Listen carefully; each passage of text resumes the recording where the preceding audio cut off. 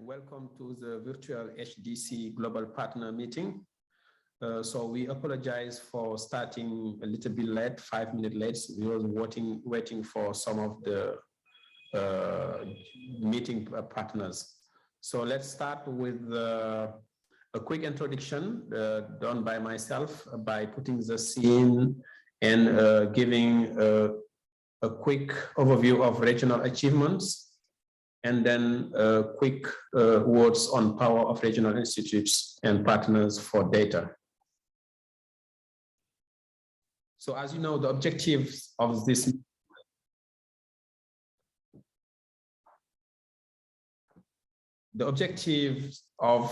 meeting is, in summary, to present the context in which the HDC is developing as it relates to the COVID-19 pandemic.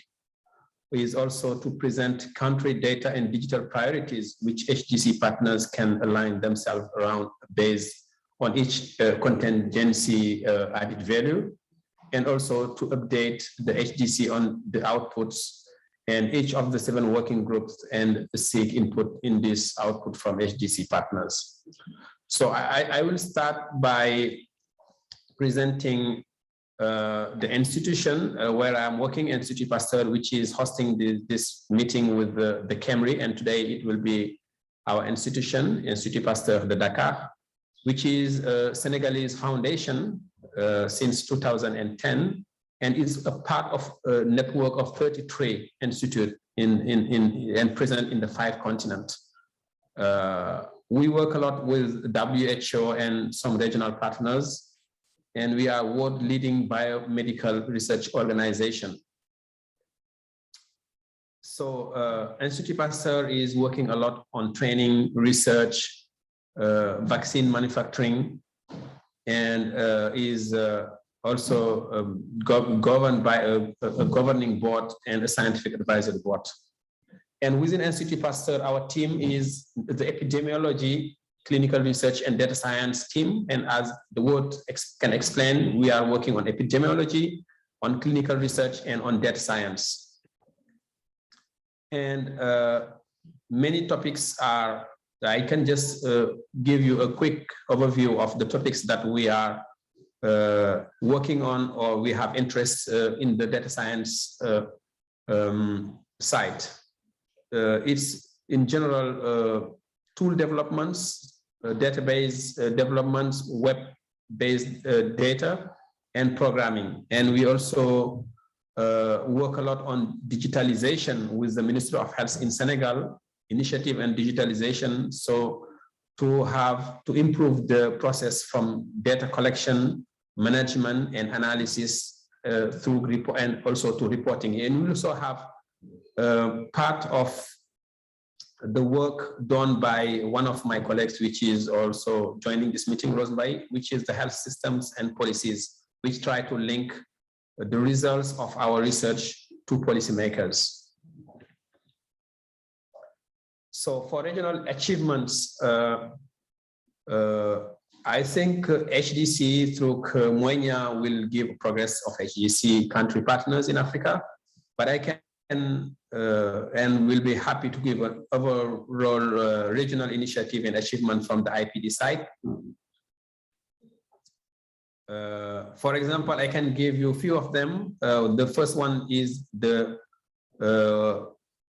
H3A BioNet network, which one we are one of the nodes in the continent. I can also give you examples of achievement through the National Center we created within the African Health Observatory platform, digitalization project that we are working with WAHU for ECOWAS, and surveillance system also that we have here in Senegal, led by Institut Pasteur in collaboration with the Ministry of Health, which is also being enhanced throughout the region by the help of WAHU also.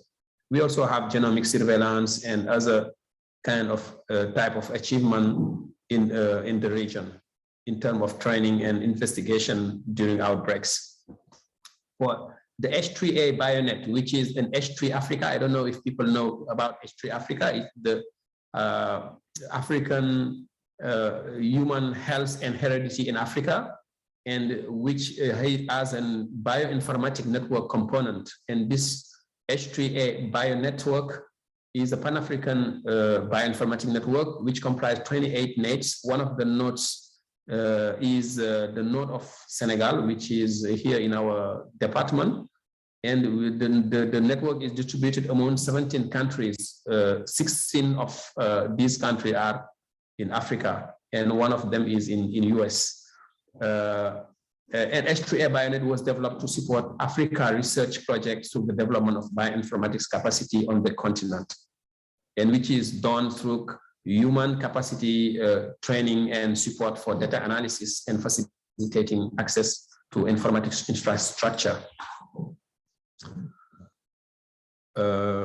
Especially the project implement infrastructure, develop data coordinating center, provide high quality informatics support to African researchers, enable and enhance innovative translation research, and address outreach, development, and sustainability. The African Health Observatory is another regional achievement, which is a network of national centers, and it's through the platform, and the platform is currently including research institution in Ethiopia, in Kenya, in Nigeria, Rwanda, and the one here in Senegal. The network of regional partners will be extended gradually as platform activities are scaled across the region. The model of the observatory joined the cohort of regional health systems observatories, including the European one, the European Observatory, and the Asia Pacific Observatory also, which had shared lessons learned and approaches to inform the development of AHOP, of this platform. And the main goal is to promote evidence-informed policy making by supporting cross-country learning.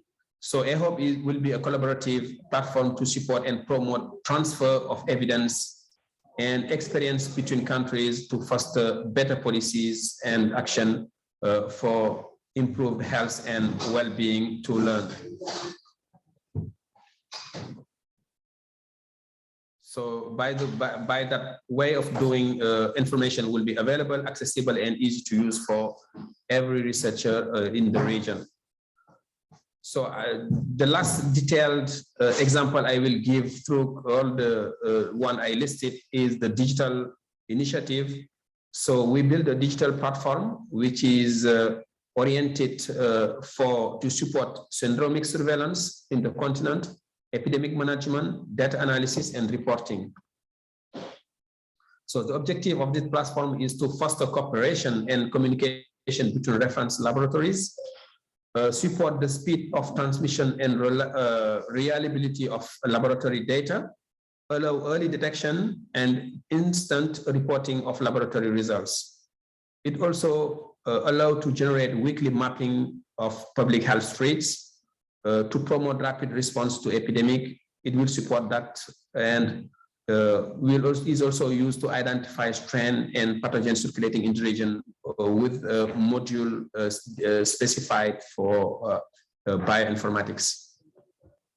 So as I said, this platform help here in Senegal to connect stakeholder in COVID-19 response, like health districts, the laboratories, hospitals where we have the treatment centers, travelers who are doing testing for their travel, and the airport authorities.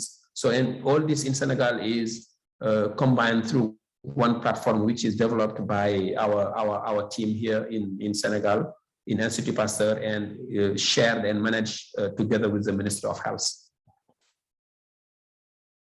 So this platform, we had an initiative with the ECOWAS, Wahoo ECOWAS, to improve in their project, looking to improve the regional capacities to prevent, diagnose, and control epidemics.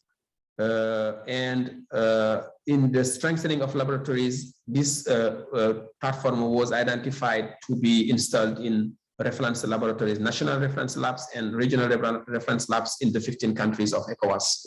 And we started a pilot study since last year in 4 countries: Nigeria, Niger, Ivory Coast, and I say Nigeria, Niger, Ivory Coast, and Burkina Faso. Yeah, we started the pilot in these 4 countries, and it will help to link surveillance data between reference labs to their main representative at the Ministry of Health and at the regional level. So lastly, the power of regional institute and partners for data. Maybe we will have more detail in discussion maybe tomorrow, but it is like 3 main things that we can notice is it will facilitate the alignment of financial and technical resources around a common agenda for measurement and accountability. It will also help to synchronize effort to reach a common goal. And lastly, it will help on sharing of common challenge and best practices. So thank you. So I'm delighted to pass over to Dr. Mwenya Kasonde to go over the meeting objectives, agenda, and outcome and logistics. Welcome, Mwenya. Thank you so much, Dr. Sheikh. Good morning, good afternoon, good evening, colleagues. Thank you so much for joining us for the second of our biannual Health Data Collaborative Global Partners meeting in collaboration with the SDG Global Action Plan Data and Digital Accelerator. The HDC has truly grown since its inception back in 2016 to a partnership to now over 300 individual members representing approximately 80 different organizations at global, regional, and country level. We acknowledge the power of partnership as we pivot from managing the COVID-19 pandemic to getting back on track towards the 2030 SDG agenda. And importantly, we also acknowledge the country leadership and political will, without which none of what we do would be relevant. Allow me to repeat the 3 objectives of the HDC.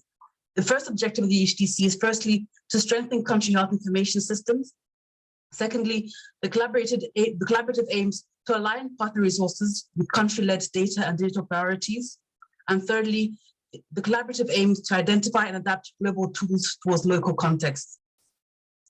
For today's meeting, again, we have 3 specific objectives. The first is to review progress and challenges for the HDC in 2021 and identify strategic priorities for 2022 and 2023. The second objective over the 2-day meeting is to share country good data practices and the role of the HDC in sharing these good practices. And thirdly, we hope to demonstrate the regional institute support for data efforts and peer-to-peer exchange, and further explore the role of the HDC at regional level. We have a packed agenda over the next 2 days. For day 1, after hearing from the 3 co-chairs, we'll be hearing from a number of country good practices, including from the Ministry of Health of Kenya and the National Civil Registration Service of Kenya, including from the Botswana Ministry of Health and Wellness. We'll be hearing from Malawi's Ministry of Health, We'll be hearing from the Ministry of Health of Cameroon and the Ministry of Health of Burkina Faso. Later on, we'll also hear from our colleague presenting some initial COVID-19 country good practices. And then we'll also hear some interactions from the working groups and further explore the outputs for the 2021 and plans for the following next 2 years as far as the HDC working groups are concerned. A little bit of housekeeping. This event is being translated into French, so this function is available through Zoom and the options via your Zoom toolbar. Throughout today's event, there are plenty of opportunities to interact, so please do ask questions to both the speakers and presenters. You can do so via the Zoom Q&A and the chat function in the Zoom toolbar. And if anybody is struggling with any tech-related issues, please just pop a message in the chat box and our event team will be able to help you as best as they can. So without further ado, I'll hand over the floor back to our chair, Dr. Mukubar, and we look forward to today's proceedings. Thank you. Thank you, Dr. Mwenya Kasonde. So we are all looking forward to today's proceedings. Now I would like to introduce the co-chairs for their reflections.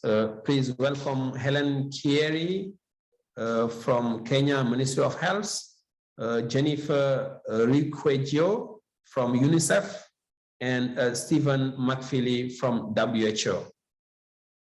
Over to you. Okay, good afternoon, good morning, good afternoon, good evening, everyone. I hope you can hear me. I just want to share some reflections on the HDC. So as Dr. Mwenya has alluded, the HDC gives a platform for consolidation of partner investments, especially in digital data and digital, supporting financial and technical consolidation of efforts by partners, basically to support country initiatives in data and digital platforms and initiatives. And this is basically to organize support to countries so that the efforts are aligned, both technical and financial. And in terms of some of the achievements that the HDC has done, and I'm sure my colleagues will allude to this, is that there is a common work plan that has been developed and adopted and is currently being implemented. And so far, I did some of the achievements again in this work plan will become clear over the next 2 days. But I just want to mention a few key ones. So, for example, we have working groups that have developed key tools. As Dr. Mwenya mentioned, one of the objectives of the HDC is to develop global tools that can be adapted by countries. And some of the tools that are out there for our use and that countries are already using, for example, the community health strategic information guidance in terms of monitoring service indicators. There's also the HHFA, which is, I think it was among the earliest achievements of HDC in terms of harmonizing facility assessments in countries. And there are many others that I'm sure my colleagues Jennifer and Steve will allude to. Maybe I can just mention a few challenges that being a member of the HDC and working in a HDC country in Kenya. Sometimes you find that there's a bit of the link between countries and the global thinking and the country sort of implementation. Sometimes it's not always easy to copy or match and to really take to the crowd for the implementation. Again, we are working with we all understand that multiple partners have different working mechanisms, and sometimes it's not always good to have a one size fits all, and there are always complex spaces within how partners work. And some of these issues is basically what the HDC tries to address itself to. But as you can understand, it's not that easy to really come up with a quick fix, quick solution.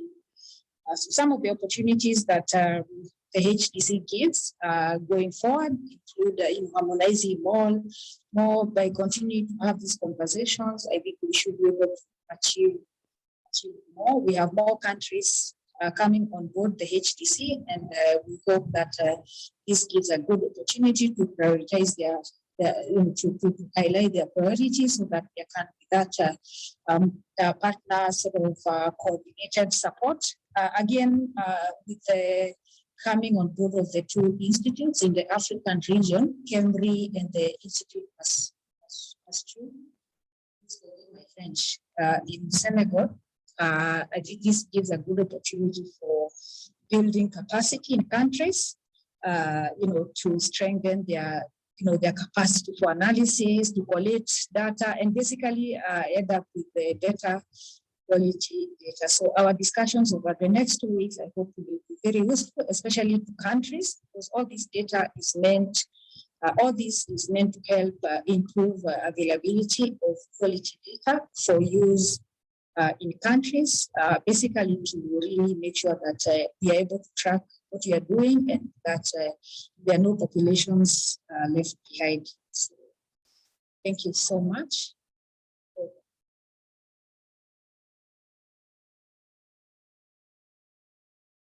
Over to you, Chair. Yeah.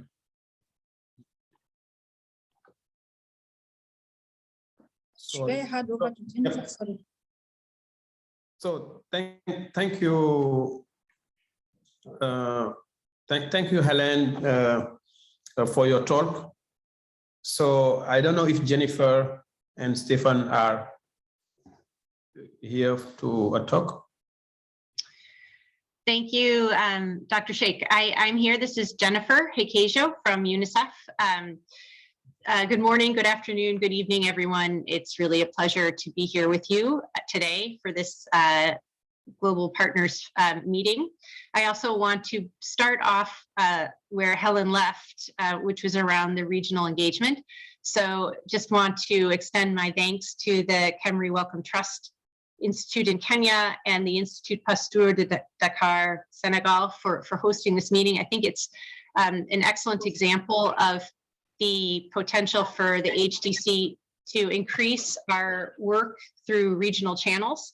I think that this is, as Dr. Helen mentioned, that the engagement with regional entities will be critical to the achievement of the HDC objectives around partner alignment in countries and leveraging different strengths of partners, and also on the capacity building agenda around strengthening country health information systems and country capacity to collect, analyze, and use their own data.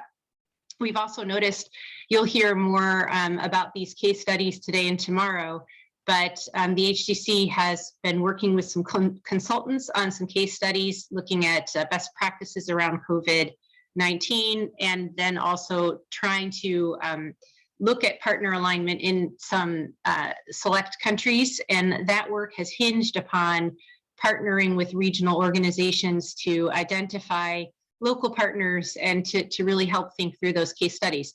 So just to re-emphasize that this pivoting or look towards the regional level for achieving the HDC objectives, I think is really excellent and is something that we should continue to strengthen.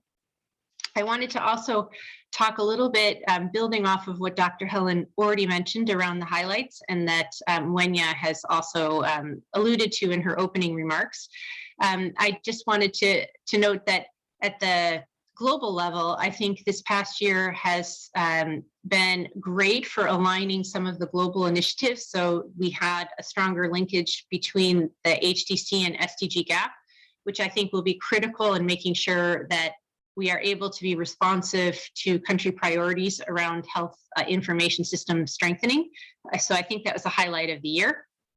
Also, Wenya mentioned Dr. Helen mentioned the 7 working groups that the HDC now has up and running, which is in and of itself an achievement to have those working groups functioning, producing outputs, and working collaboratively together On that score, it's great to see that we have this public health intelligence working group up and running that's newer this year, given the COVID pandemic and climate change. I think it's a really important working group for the Health Data Collaborative. There was also a really important CRVS meeting this year that you'll hear about next, which I think is another achievement of the Health Data Collaborative. I think in this area, just to build on where I think the opportunities are for these working groups is, again, there was a lot of discussion around how these working groups can better coordinate amongst themselves. So a mechanism has been put in place for them to talk to each other. And then the other is really trying to get those working groups to pivot towards making sure that the global goods that they produce are responsive to the priority needs that the Health Data Collaborative countries have presented to the group as where they think the effort of the HDC could contribute to their needs. The other sort of main highlight from the year is I think that we had a lot of great engagement with the Health Data Collaborative priority countries. A lot of them were able to articulate to the Health Data Collaborative what they felt their priority needs were in the area of health information system strengthening. So I think the opportunity and the challenge for Health Data Collaborative is to determine how we can respond and meet the needs that the countries have put forward to us. So just to close and hand over to Dr. Stephen from WHO, just think that as we are going through the meeting today and tomorrow, that we again sort of revisit the idea of how we can build off of this, the regional engagement. And then again, just making sure that everything is focusing on achieving, the HDC achieving its objective of aligning around the priorities that countries themselves have put forward to us. So those are my remarks. And Dr. Sheikh, I'm not sure if you would just like me to hand off to Dr. McFeely. I'm happy to do that. Back over to you. Thank you so much. Yeah, over to you. Go ahead. Thank you. Okay, so I'll hand it over to Dr. McFeely from WHO, who is the third co-chair of the Health Data Collaborative, and hopefully I know he was in transit, so hopefully he's here and able to wrap up the session. Thank you so much. Thank you. Sorry, we don't have Stephen, so if Sheikh could come back on.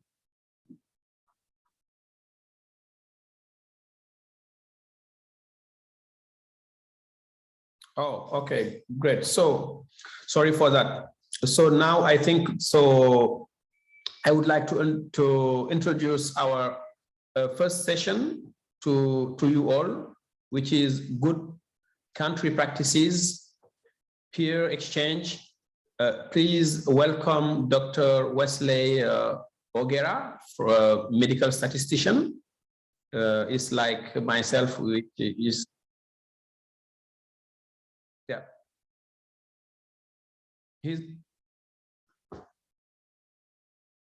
can you repeat, please?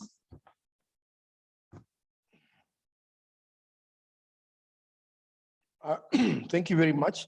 I believe we will do the presentation with Janet Musher from CRVS, and she will begin, and I will take the last part of the presentation. Thank you.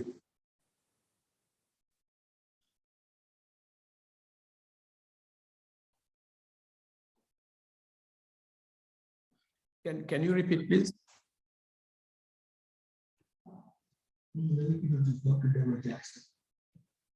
I actually said from the Kenyan team, we are with Janet Musher. She will first begin the presentation, and then I'll take the last part of it. Thank you. Okay, so Dr. Janet Musher.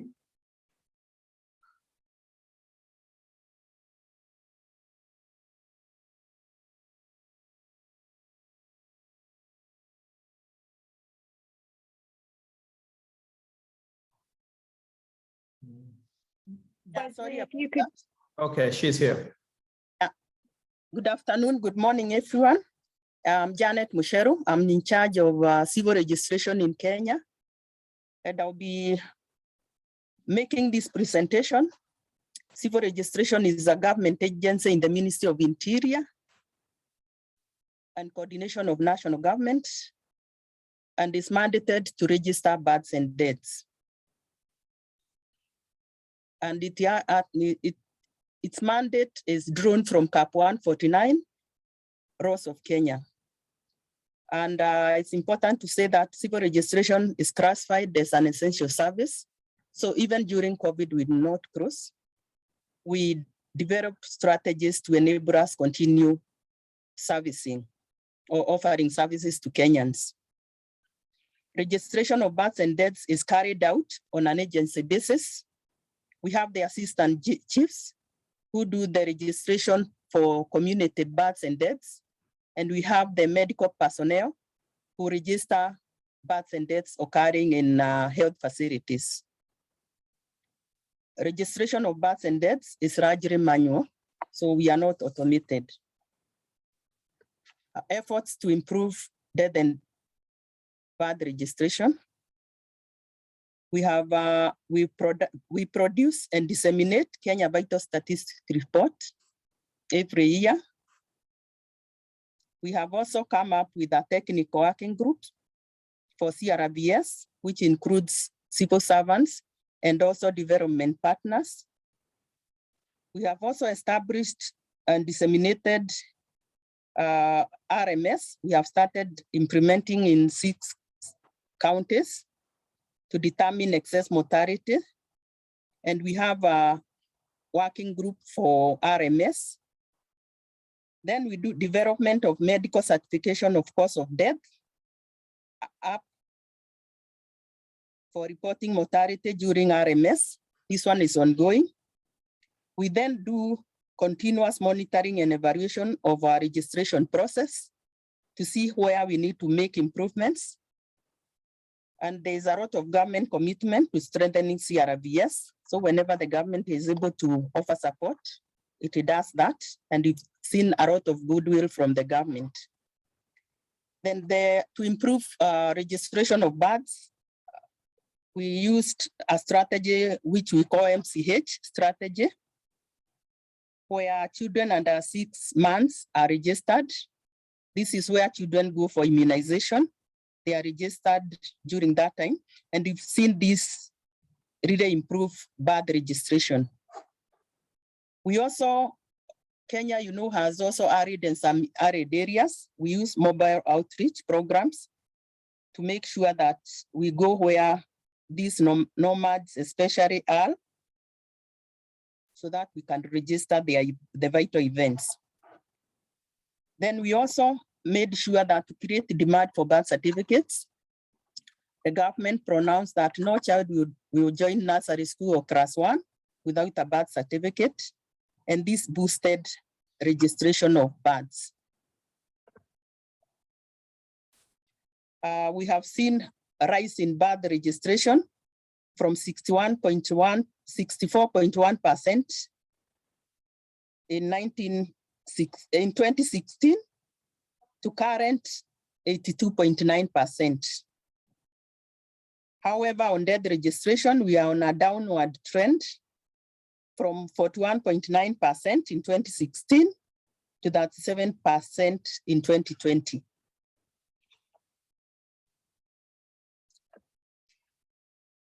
In Kenya, there is also the UN RIA task force, which was established in 2019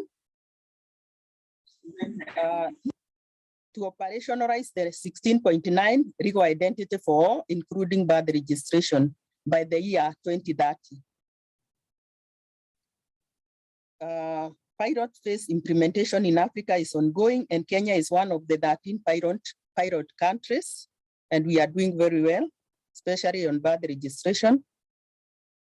We have a UN RIA Kenya task force, which was established in 2020 and is implemented through a joint UN approach under the UNCT leadership. The country level implementation led by UNICEF and comprises membership from UN agencies, including WHO, UNDP, UNFPA, UNHCR, IOM, and WFP. The task force advocating for civil registration as a foundation for real identity, with birth registration as the entry point and death registration as the exit into integrated system. The achievements so far made, progress made towards harmonized approach to the registration of persons and identity management in Kenya. We have a national identification management system, that is Huduma number, was launched in 2019. And it wants to come up with a single source of truth on persons' identity data from cradle to grave. And this has a high-level coordination mechanism, and it is established under interministerial coordination committee set up and is chaired by the Cabinet Secretary for Interior and Coordination of National Government. And we have other Cabinet Secretaries who are members, like the Cabinet Secretary for ICT, Ministry of Health, and others. And the Principal Secretaries on also our department is included. The government also made great strides in providing an enabling legal framework, because we have an Huduma Bill 2020 has already been presented to Parliament. Then we have enactment of Data Processing Data Protection Act 2019 and an appointment of Data Commissioner. Data Commissioner is already in place, and ensuring that data is not misused and is properly used. Other achievements are business process review. Civil registration have undertaken that for births and deaths registration process. We have also reviewed the current birth and death registration tools, that is the forms that are used and other tools. Then we have also developed birth and death registration standard operating procedures and vital statistics to ensure that all over the country where we do registration, people are operating in a standard way, which wasn't happening there before. We have also procured end users equipments like laptops, tablets, desktop, and printers. And this we did through the assistance of UNDP, Government of Japan, and other development partners. We have also conducted a rapid mortality surveillance in 6 counties. That is Kajiado, Kisumu, Nairobi, Busia, and Machakos. This we did as a pilot. And I can say that we are almost coming to an end to this pilot. And we are hoping that we will go to other counties to undertake the pilot because the results are very encouraging. Then we are also doing sensitization on special populations to ensure inclusion in the bill, that no one is left behind, even the marginalized. And that's why I said we undertake outreaches and mobile registration. And we have seen a rise in birth registration in those areas after undertaking mobile registration. Then there's public participation in the joint UN memo. Then there's convening of National CRVS Stakeholders Forum. This we did in November, December 2021, and it was very encouraging. And we wanted all stakeholders to work with us, where the attendance was very good. We had over 100 participants from within Kenya and from outside. Because we realized we cannot work alone, we have to work with our key stakeholders. We are also implementing a knowledge, attitude, and practice, that is CAP survey on birth and death registration. And the study is ongoing. As a department, we've also undertaken a medium-term review of CRVS study strategy 2018-2023. So we've already done a review.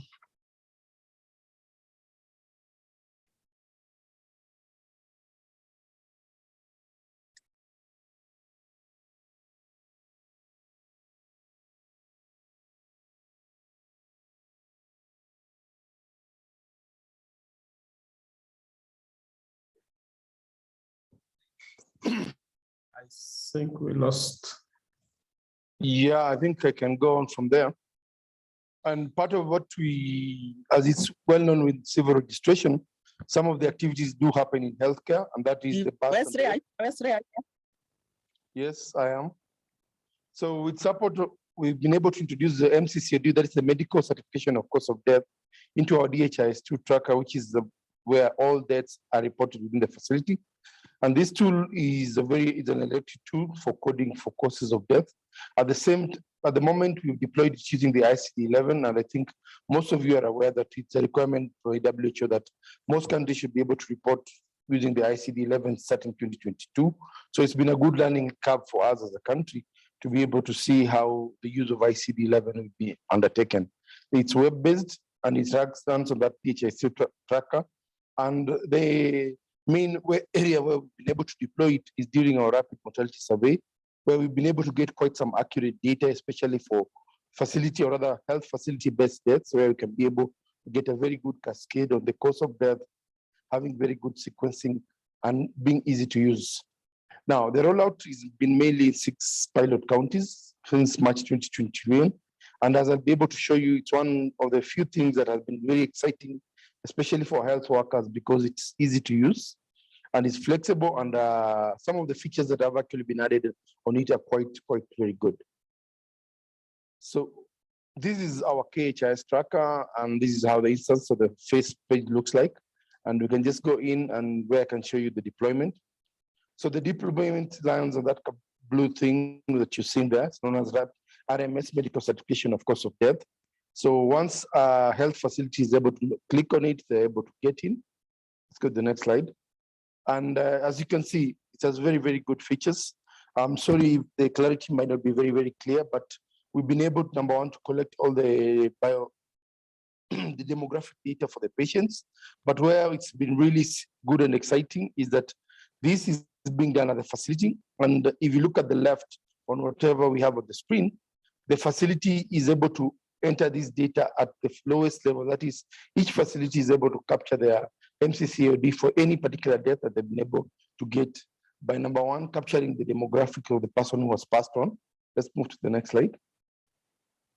And the beauty about the use of capturing using the ICD-11 is that it runs on the AI, so that for, unlike previously where we have had the requirement of the record people to be able to move to the book, search for the particular disease, then be able to come back and work on it within the system. This one has an AI, and all they need to type is a good example of what you have on the screen. You just type pneumonia, and it will give you all the different types of pneumonia.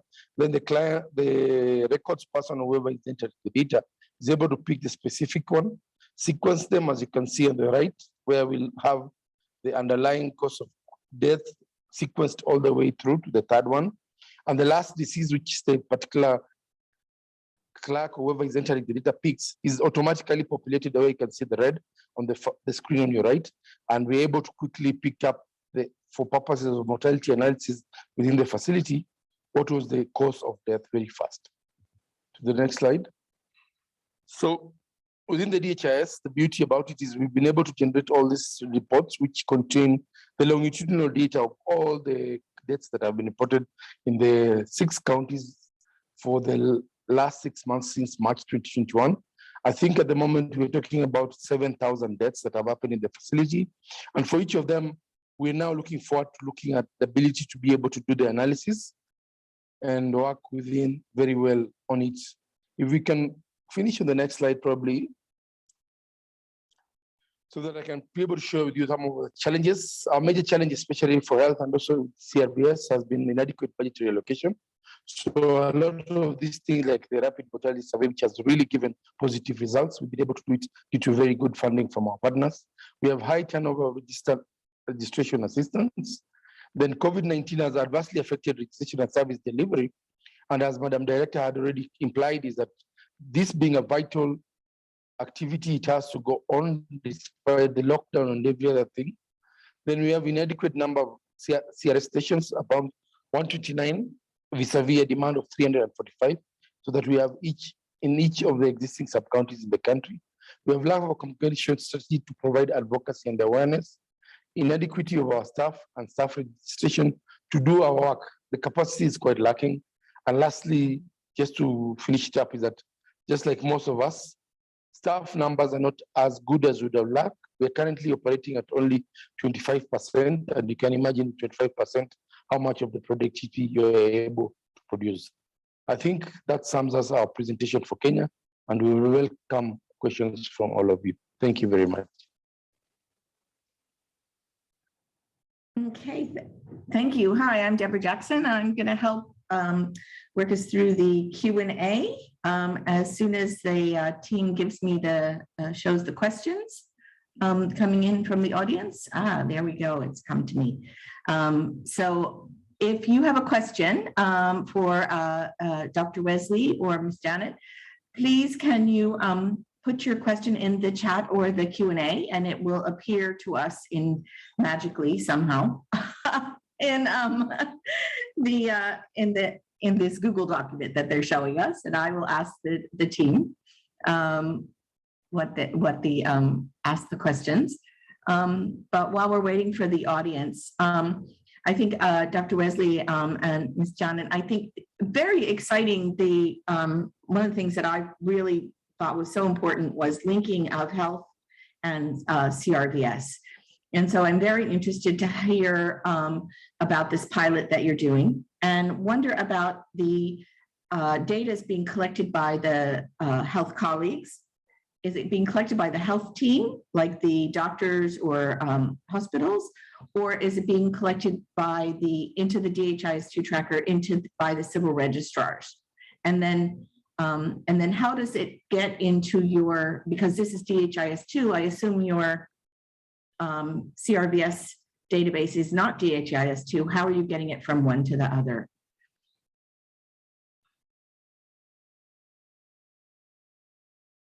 Dr. Wesley? No, good. Now, we are running a rapid mortality survey for which we're using SMS Plus based platform, so that for each death that happens at the community, we have the assistant chief will be able to report on all the basic things that we're collecting about that particular death. And the facility also answers the same death, collects the same death via SMS. But when we go further, because we have more details of the death, that same death is able to be captured within the DHIS2 tracker, which we've customized to collect specific variables which we find important. This data at the moment, we're not able to share it directly to our CRVS, but we are currently working at interoperability so that the death that we've registered in the facility, we don't see the need why we need to re-enter it on the other side. They just need to query from our database and it will be able to push to the database. Those are our next steps. And this, I should also mention, has come about because for the last 1 year, both our ministries have been quite collaborative and we work together on the same goal. Thank you. That's excellent. That's excellent. We're very, very excited about that, I think. And so, Ms. Janet, I mean, how your impressions of working with the Department of Health, how is because your legal frameworks for, I'm sure that you have only registrars can register a death or a birth. And are you looking at any, adjustments to the legal frameworks to allow, because if it all goes in this database and then it gets given to the civil registrar, registry, then how will that work legally? Have you had to look at any legal issues? Yes, what we've done, we want to see to ensure that all systems, whether for health or for other government departments dealing with the registration, are interoperable, that they are integrated and they are able to talk to each other. Right now, we've realized with the Ministry of Health, we cannot succeed at civil registration if we are not working with the Ministry of Health, because they are one of our important agents of registration. So we are working very closely, and where there are issues, we make sure we talk to each other all the time, and we hold consultative meetings to make sure that where our registrars are stuck, they are able to work with the Ministry of Health, and they are even able to check where the Ministry of Health is to come in and tell us the cause of death, because our assistant chiefs are not able to determine the causes of death. So what we are doing is strengthen the collaboration and ensure that we work very, very closely for a common cause. Thank you. Okay. Thank you so much. I mean, I think Kenya is clearly at the vanguard of integrating health information systems and CRVS, and that's really a top goal of HDC to provide that support. So thank you very much. There was no audience questions, so I'm going to go ahead and introduce our next two speakers. Dr. Anna Skoll from USAID and Dr. Gandar Joel, who's a public health specialist at the Public Health Institute from Cameroon Ministry of Health. On to them, and I think we are going to hear more about CRVS later from my colleague, Dr. Aza, and really looking forward to all continuing to interact with you for the next 2 days. Thank you.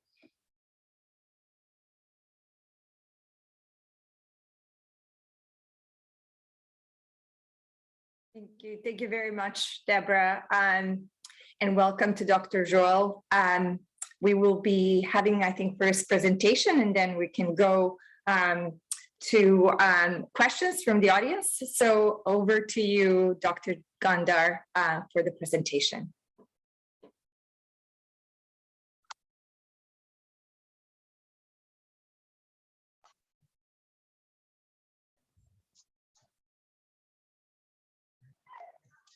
Hello, good morning. I don't know if it's getting me to issues now. I can't hear, but I can hear.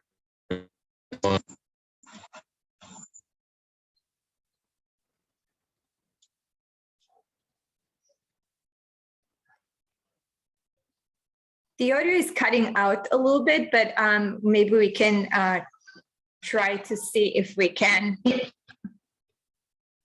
A little bit, but maybe we can try to see if we can.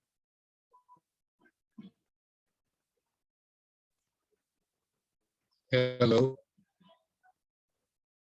Can you hear me? Yes, hello.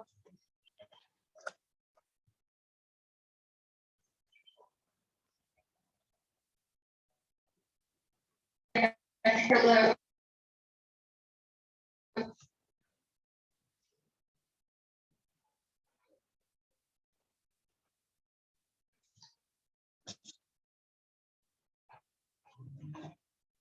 This is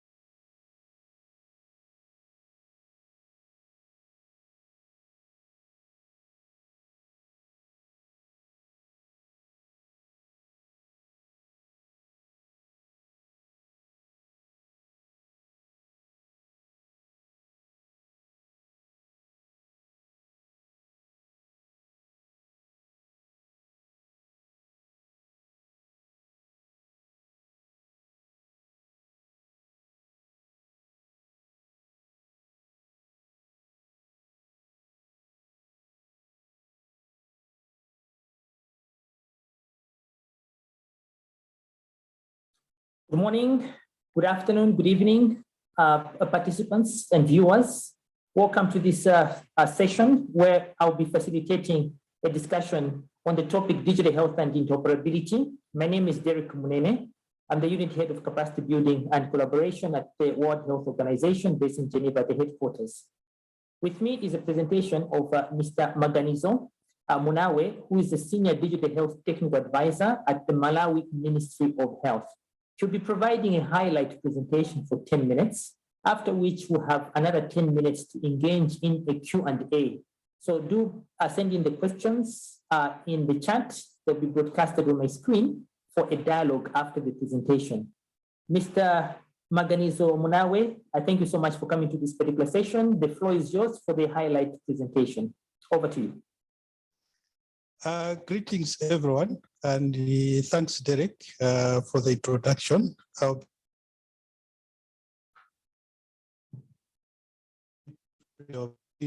the highlighting on the best practices. Excuse me, my connection is not that good, so I will turn off the video and only remain with the audio. Next slide, please. So most recently, the Ministry of Health launched the National Digital Health Strategy for 2020 to 2025. In this strategy, we have 7 objectives.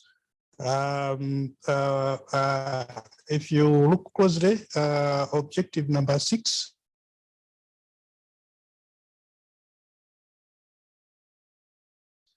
is health systems to make sure that they are able to share data and interpret data in order to enable continuity of patient care.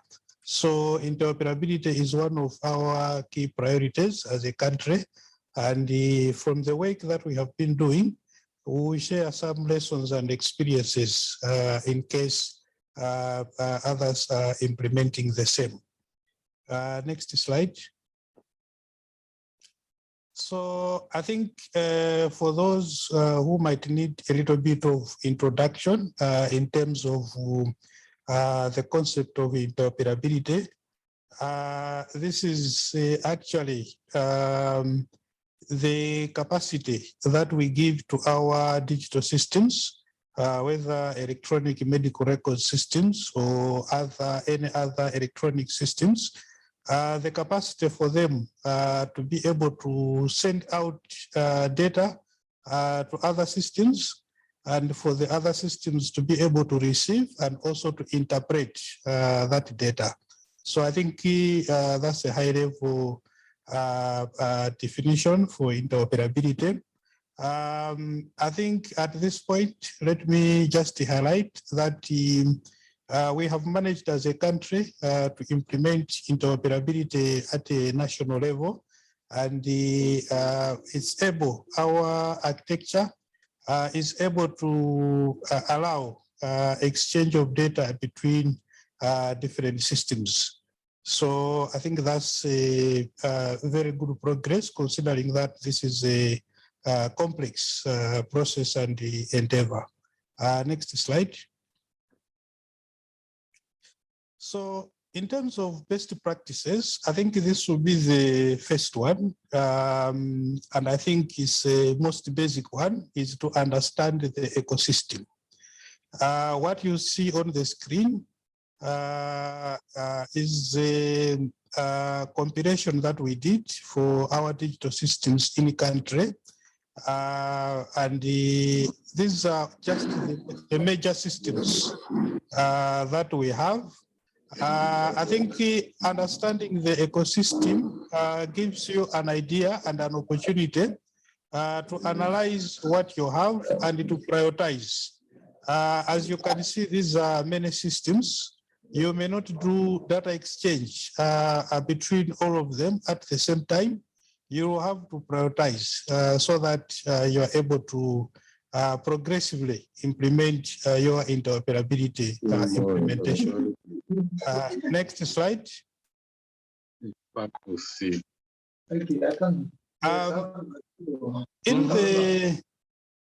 In the analysis or in the assessment, I think there's an included best practice there. Sometimes we tend to build from scratch everything. Considering that this is a long time and a complex process, it's good to understand where your gaps exactly are. There are tools that are already in place. Some of them, they're in good shape. Some of them, you might have to improve on them. It's good to take note of that. Otherwise, if you try to build everything from scratch, it can take even longer, as I think I will show you in one of the best practices. Next slide. I think the other important lesson is to understand the solution. Like you see, we identified that we had so many systems that needed to be interconnected. And just to give you an experience, one of the experiences, like we started building our interoperability architecture from 2016. Back then, we had a lot of demand to interconnect the systems.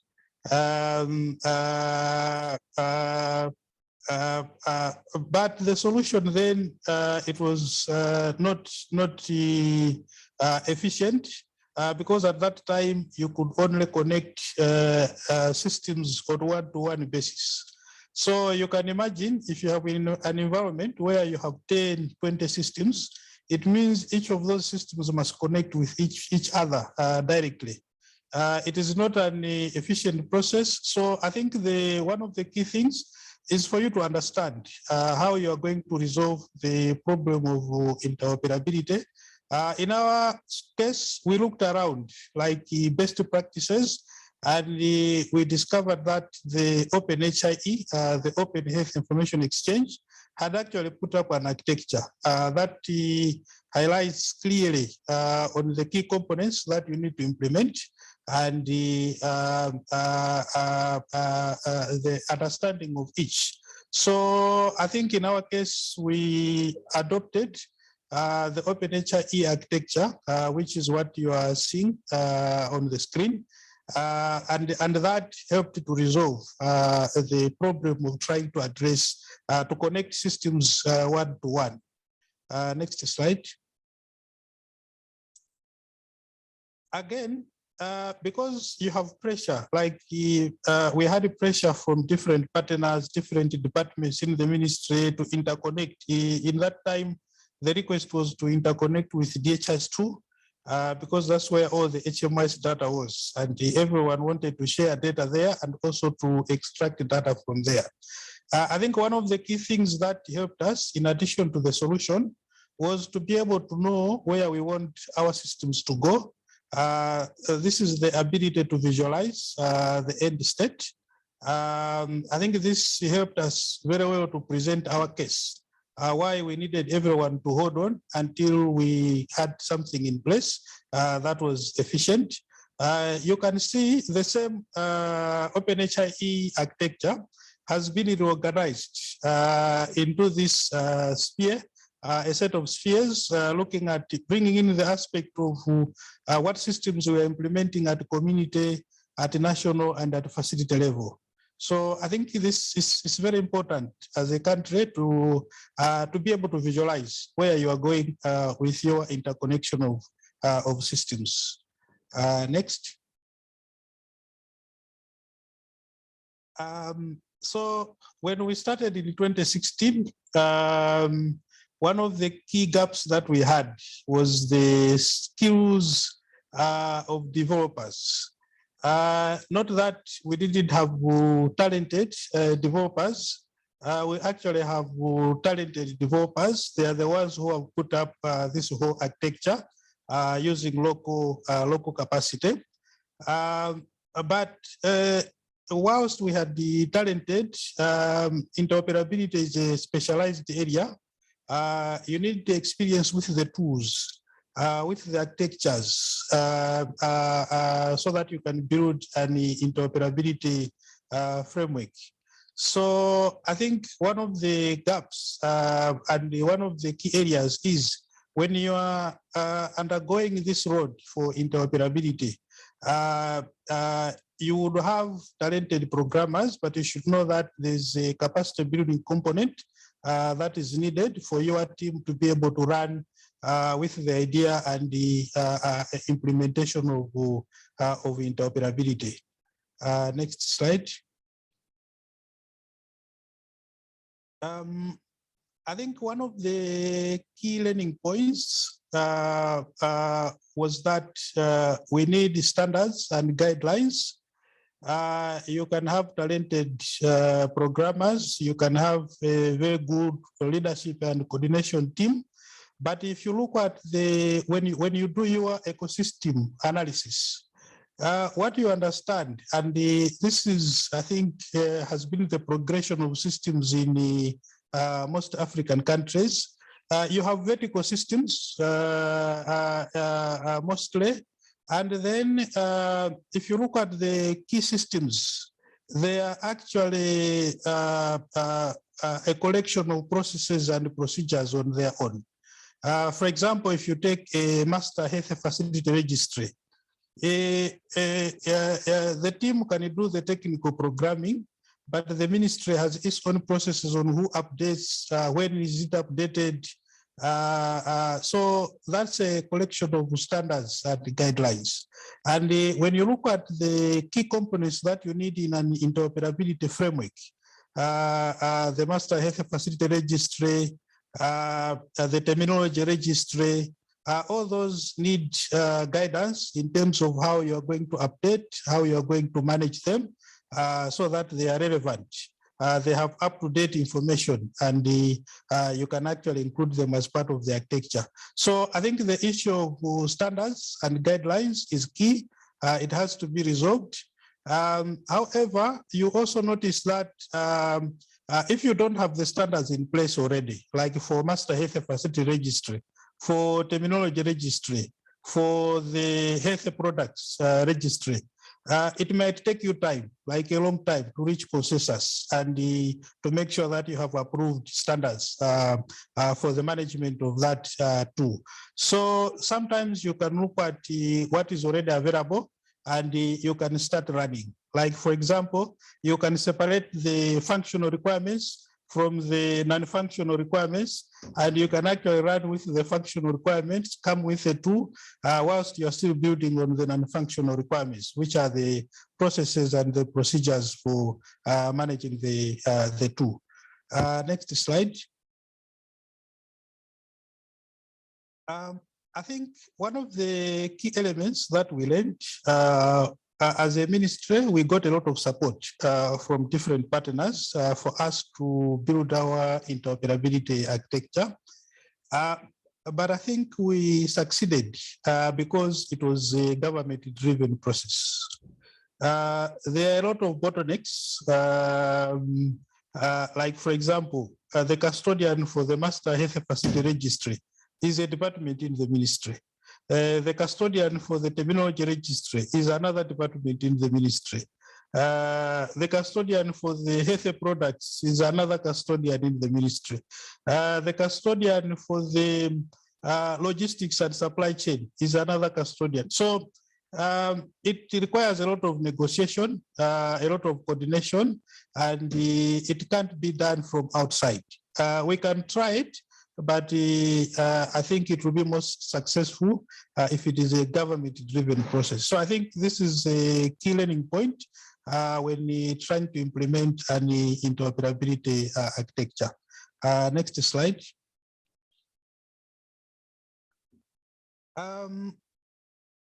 So I think one of the, before I come to this slide, I think just to extend to the previous slide, also, because putting up an interoperability architecture is complex, it's complicated. I think that's an honest assessment. It is a complicated process. So for you to build that, it takes time. We started ours in 2016. It's only in 2020 that we successfully did the first interoperability with the actual systems themselves using our architecture. So I think this is a key element that needs to be managed, because through that time you have to demonstrate the use of resources. You can't show anyone the interoperability architecture, especially if they are not technical. You can only show them that the systems are exchanging data. So for you to move from building an abstract implementation to actually showing that systems are able to exchange data, you need to justify where the resources are going. So I think we need to be prepared to say that this is a long-term process, and to understand how to communicate progress in terms of the architecture that you are building. So having said that, I want to go on to the way forward, and these are areas that we need a lot of support. So after all the work that we have done, in June this year, we did an assessment of our interoperability framework using the interoperability maturity model. I think it's available online.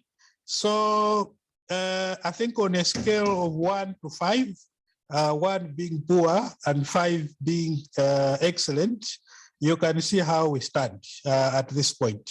And you can actually see that the interoperability guidance document, governance structure for HIS, you can see that we are doing very well in those areas. Actually, I think if you understand our environment, you actually agree that we are doing very well in those areas. But also take note that we have a number of areas where our scores are between 1 and 2. Which is not so good, and these are areas that we need to improve for us to have a proper and full interoperability architecture. So with that slide, let me thank you for listening and for the attention. Thank you, everyone. Back to you, Derek. Thank you. Yeah, thank you so much, Mr. Maganizo, for such an energetic and enlightening presentation where you've covered the interoperability instance for Malawi and spoke to the application of the digital the principles of digital development and the aspects around the enabling environment, including the interoperability agenda that we're pursuing. So thank you so much for this highlight presentation, and congratulations for launching your digital health strategy that you just talked to us about. We have no questions from the floor. At this point, then, it's my pleasure to introduce the next panel that will be discussing data and digital governance. It's my pleasure to introduce the speakers. So Mr. Vikas Adwivedi, apologies if I mispronounced the last name. He is the Senior Health Information Systems Advisor at Palladium. He will be having this session with Tony Chebani, who is the Chief Health Officer at the Botswana Ministry of Health and Wellness. Vikas, over to you, and wishing you all the best in the next session. Great, thank you, Derek. And just to add to that, excellent presentation, Maganizo, and congratulations to all the work that you have done and Malawi has done. So with that, thank you, Derek, for the introduction. My name is Vikas. I'm a Senior HIS Advisor with the Palladium Group. I'm also a co-chair of the Data and Digital Governance Working Group of Health Data Collaborative. And it's a pleasure to introduce Tony from Botswana, Ministry of Health. And Tony will be sharing Botswana's experience from the health sector around governance and strategy. And then we'll go into some question and answers and discussions. So Tony, over to you.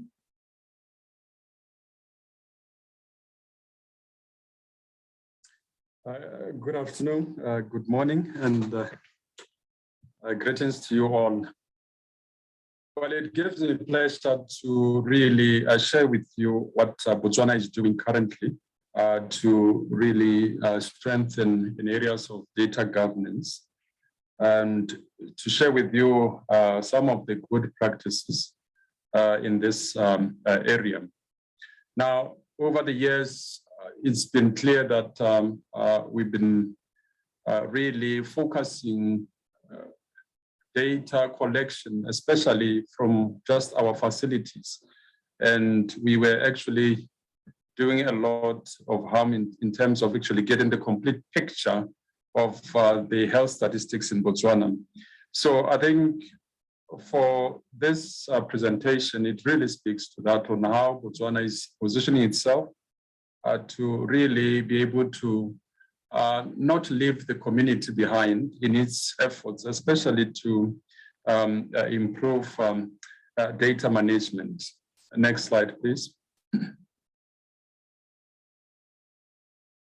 So one of the best practices, I think that just comes to mind is that we did take a very good assessment of what is going on in the entire health sector with regards data.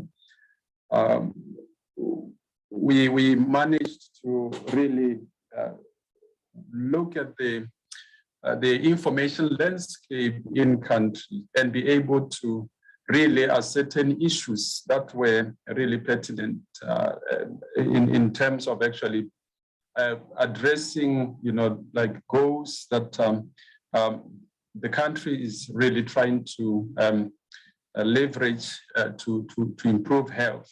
So one of the areas that we looked at were the indicators, especially across the entire health sector.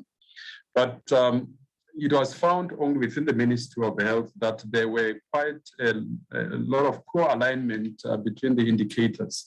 And as such, multiple reports are being generated that really are not harmonized. And this brings a lot of burden to the clinicians who are expected to be providing, proper consultation, to be more like data people.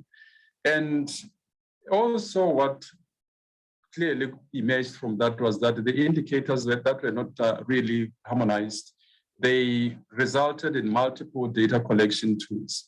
So as you can be able to see from there, it meant that even the tools that we're developing digitally, especially to collect our data, there were so many of the multiple electronic tools came into picture. And as such, I think around 2015 as the nation, we took just a step to start now rationalizing these systems all the way to approximately 9 of them. So I think if we go to the next slide, you'll be able to really appreciate that the problem statement that has been presented, it shows how fragmented and uncoordinated our data systems became. And also there was a lot of duplication in terms of the investments, donors coming in here, and also with their own interests, probably collecting the same data that somebody was already collecting there. So these were the things that really made things difficult to deal with the data.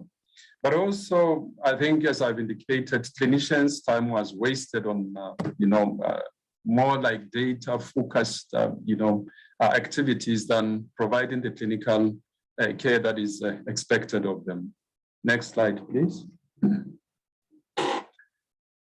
Now, we obviously adopted an approach to be able to address these issues. And I think the Health Data Collaborative came at the right time and allowed us to adopt, its techniques and also its ways of actually resolving issues of that nature that you saw in the first slide then.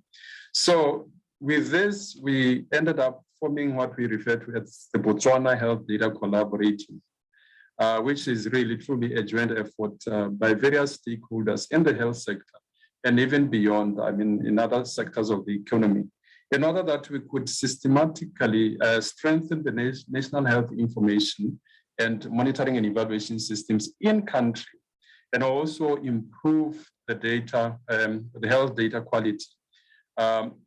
This would allow us also to really build or rally the entire health sector to track progress, especially made by the country towards the SDGs and the national health priority goals. Next slide, please. Now, the second one would be able to say that the best practice that the nation we adopted was to set up a department now that will be dedicated to this area of data governance to ensure that we have authority in terms of stewarding the data that the country wants to share in a very uniform way without actually compromising the reporting that is done globally concerning health status of Botswana. So currently we have this department, which was actually formed as part of the restructuring of the Ministry of Health in 2015. And it has now a deputy permanent secretary and a director below her, and also deputy directors below them.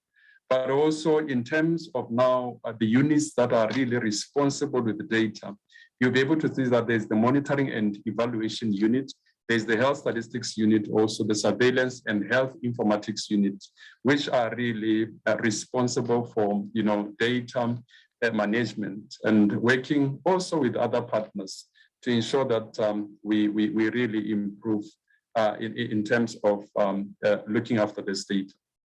Next slide, please. But also one would be able to say that as a best practice, as the department, it was quite clear that we needed to come up with the priorities, especially for data and also digital interventions. And as such, I think the first one, in order for us to develop appropriate, digital tools, it was imperative that we come up with data governance in to improve the entire health sector. That is coming up with indicators that address the entire health sector in Botswana, and also the data collection tools that can be used across the health sector, and also come up with one M&E, sort of system that other systems within the health sector can be able to rally behind. But also we institutionalized the health sector performance reviews. For example, also you'll be able to see that as the ministry, we perform quarterly data quality sort of assessments to ensure that everybody is not left behind all the way to the community level. When we go to the facility, we also address issues beyond the facility. But also we are in the area where we want to really improve on building adequate capacity on data analysis, because this is the area that I would be able to say honestly that this, as a nation, there is room, for improvement. But one of the areas that we really looked at was to resuscitate the former e-health cluster, that is seeing the implementation of the e-health strategy. Remember, we actually came up with an e-health strategy 2020-2024 that is currently running, and we really needed to ensure that all the stakeholders can be allowed at least to rally behind that strategy. But also, as part of other areas, the global goods, for example, like DHIS2 are really being harnessed, or they're being leveraged as we push forward the agenda.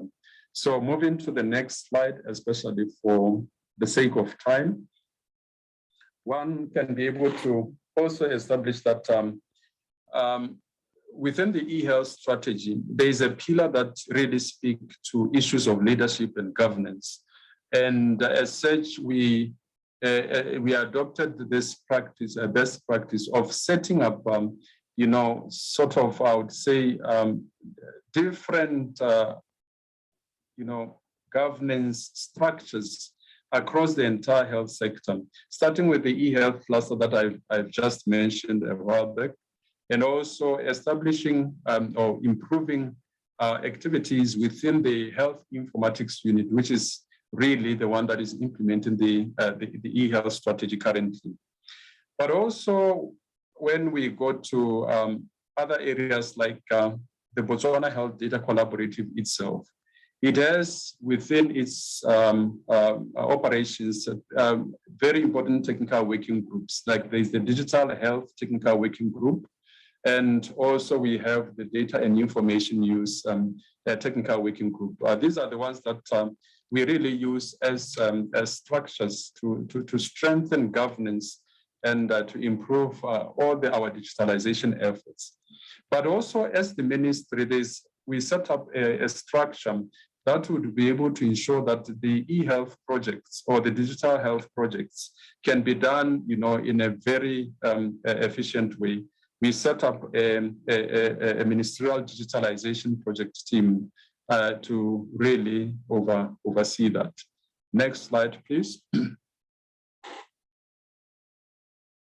Obviously, then we've been able to know that in the area of these systems that we retained, there was always going to be a need to ensure that they are easy to interface, or they can be able to be interfaced to other systems, or to allow for interoperability or data sharing between systems. So within the BHDC itself, the Digital Health Technical Working Group is really working with implementing partners in the health sector to develop a health information exchange platform that would be able to really ensure that we interface our systems. Next slide. So does the digital health platform that I've just mentioned, this is really the goal of the e-health strategy, that ultimately as a country, we need to be able to have developed the national data warehouse. And this can be achieved especially through developing other components of the digital health platform. And as such, I think the focus for the Ministry of Health, and that I can encourage the audience, is to be able to see how you can be able to actually chip in improving certain components that can allow us to really build this digital health platform to ensure that a client or a patient can be able to be visible. All the details about him can be visible across the health sector, irrespective of the health facility that is going to. We want to be able to track him, and from birth, for example, I think at the top of this meeting, there was a mention of the civil vital registration statistics, all these things, whereby you can be able to capture data from the cradle until death in a very systematic way. So this is where we want to go, especially using this digital health platform. So most of the services and applications, some of them, the work is already in place or going on, but there are some avenues. I think there are opportunities that I'll be able to share right at the end of this presentation. We can go to the next slide, sir. And obviously, we need to be able to comply, especially to align most of our efforts to the ICT strategy for the country, and also the data management policies that are here in country, because this is the framework that allows us to improve on data governance. And also we have the eGov strategy, which is really the strategy for digitalizing the entire government in Botswana. Thank you. Next slide, please. So as part, especially of what was done, especially at the beginning of the COVID-19, we did manage to leverage the global goods such as DHIS2 and also some other platforms to be able to collect data all the way from the community. Whereby wherever people were being tested, we could use tablets, for example, loaded with a DHIS tracker to be able to really avail this data at a central level and be able to generate the results that will be easily shared with the community as smoothly as possible, unlike previously, whereby you needed to be able to generate this information through other manual interventions. But also ultimately, because we are handling also patient level data, we managed to make use of the data warehouse, which is still under development also, to be able to really project various statistics on COVID events that are taking place in country. So in essence, one would be able to say that this is the direction that we have adopted. I think as the best one would say that practice is to be able to tackle the issue of unsolicited proposals that we keep on receiving from companies in the country. We've been able to build this applications portfolio, and we've been able to stick and really assure whoever comes in that DHIS2, for example, is the route that the nation or this country is taking in terms of reporting. So I think this is how, as a country, we can be able to say we are leveraging, especially on these cost-effective solutions to move forward. But this does not rule out, especially for, obviously for data science, you will still need really high-end applications for business intelligence, for example. And this is where you can be able to come in and also assist this country. Thank you. You can go to the next slide, please. So these are some of the projects or activities that we are already embarked on, especially as I've been able to mention that as the government of Botswana, we really have come up with a policy for digitalization across the entire health sector. So most of the health services are being digitalized. We are working already on ensuring that we revamp the ICT infrastructure. The connectivity has always been an issue, but this is an area that we can also be able to solicit or to ask for assistance in terms of really improving in that area.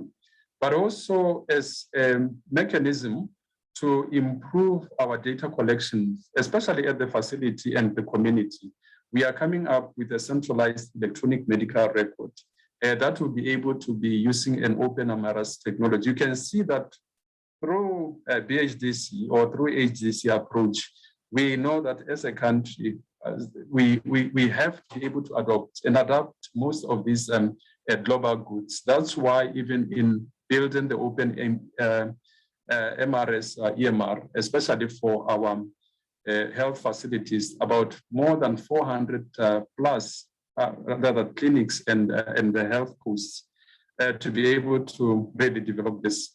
This is a step in the right direction.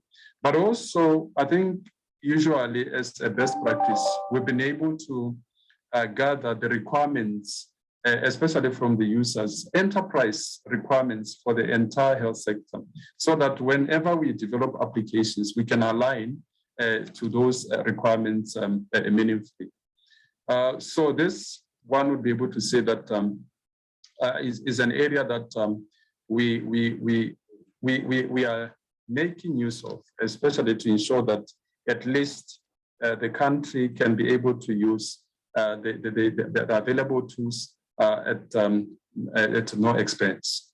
Thank you. We can go to the last slide, please. So in order to be able to do that, we can only say that we acknowledge all the help that we are getting, especially from our implementing partners in country. But we cannot forget the WHO country office, which has actually been able to really assist in some of our endeavors. So with that in mind, ladies and gentlemen, I would like to thank you for your attention. Thank you. Great. Thank you, Tony. That's really helpful to understand the journey that Botswana took and the achievement and still the road ahead. So one of the questions I have for you is if you can put a time frame to when this journey started and how long did it take you and the team to come this far, and I can understand there must have been multiple groups and teams and directorates because we're talking about data, we're talking about digitization, and for this session specifically, the governance right? How does it all come together? So how long, so what you presented today and the journey so far, when did the team start working on this, and how long did it take the country to get to the stage? Yes, thank you for that question, for that rather comment and question.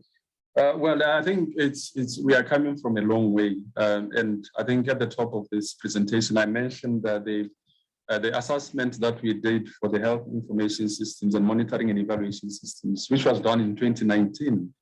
So it means that the previous years, it hasn't been that great, especially when you look at the issues that were documented in the report after this assessment. So I would say that it is from that point that we systematically, started, looking at areas of improving on data governance. But it's only that with COVID-19, there was a lot of interruption to most of these activities. But I mean, we still needed to ensure that we don't lose on that aspect. And I think from time to time, the TWGs that we're meeting and the resuscitation of the e-health cluster that I mentioned in this presentation, to a certain extent, they kept us focused on ensuring that from 2020, at least we don't lose our step in terms of reducing a lot of systems that we are seeing creeping in unnecessarily over the years, and also improving just the practice of data collection across the entire health sector. So I would say that this is something that is still finding its foot, and unfortunately now we have come into another wave of COVID. But I think it's work in progress, and I think through this participation, it gives us an opportunity to hear from others how they are actually accelerating in that area to ensure that governance is improved. Thank you. Great. Thank you, Tony. So yeah, really 2+ years of work that has gone into this. And really now we can see some good results and a lot of work that needs to be done. I can see one question from a colleague of mine, Vidya. First of all, she's congratulations to you on the fantastic work that has been done. And how much, so you described how first into 2019, you did the assessment, and how much of that from the assessment you had kind of, let's say, a checklist in mind that these are the things that we need to work on, or there were things that you and the team learned in this journey, and you kind of moved on, learned something, and did something. So how much of that was in that process throughout this last 2 years? And how much of there was like an initial list of things that you had in hand that you were to be done, and that's what you're continuing on? Thanks for that. It was quite clear then immediately after that report that we needed to look at the e-health strategy. Immediately the following year, 2020 March, we launched the e-health strategy. Within this e-health strategy, there is a clear implementation plan for 4 years, from 2020, for 5 years, on what are the things that we really need to look at and be able to do. And I think that's some of them, they appeared in the last slide that I managed to share on the projects that we are currently working on. But also there was a Botswana Health Data Collaborative Roadmap that also emerged from that assessment, just to guide the other pillars like for data and information use, how we can be able to make use of this TWG to convene at different times with different stakeholders to discuss pertinent issues, to address issues of data and how information can actually be used meaningfully within the health sector and also beyond. So there was also like a technical working group on civil registration and vital statistics, and they met and also compiled their own plan on how this is going to be able to be rolled out. So I think by and large, one would be able to say we are still finding our feet, and with financial constraints here and there, we're just trying to fit in all these things because there is already, a governance structure that is in place to ensure that these TWGs, at some point in time, they meet and they can be able to harmonize their issues. Let's take the digital health, for example, technical working group. It can develop solutions for the CRVS, but the CRVS has to be able to confirm the problems that they are having and be able to really document and articulate them in such a manner that once they are given a chance or a platform to share those issues, it can really be something that can be pursued to a point. So I think that's our response. Great. Thank you, Tony, again for an excellent response. So the technical working group has been really crucial in moving all this forward. And you also raised another important point that we have the digital working group, the CRVS working group, and I'm sure there are other sort of small working groups. The sort of linkages between them and how these all multiple small working groups may need to work together and collaborate. Has there been any learning around how we can, because most of the times we've seen that we create these working groups and small working groups, but the sort of linkages between these working groups are kind of difficult to maintain or lost, and we kind of end up working in silos. So what has been sort of your strategy and approach around making sure that that happens, that we are talking to each other and we are still connected? Yes, there is a mechanism, for ensuring that we don't lose each other in this effort of leveraging on this approach, on this HDC approach. The technical working groups, as they meet and they deliberate on issues pertinent to their own thematic areas, they will be able to converge at some given time to come and give a report to the DPS or the Deputy Permanent Secretary. They are required to, their chairs, especially the TWG chairs, to come and report on those issues or things that they are working on to the Deputy Permanent Secretary of the Department of Health Services Monitoring and Evaluation and Quality Assurance. And it is the DPS who liaises with the PS in the ministry.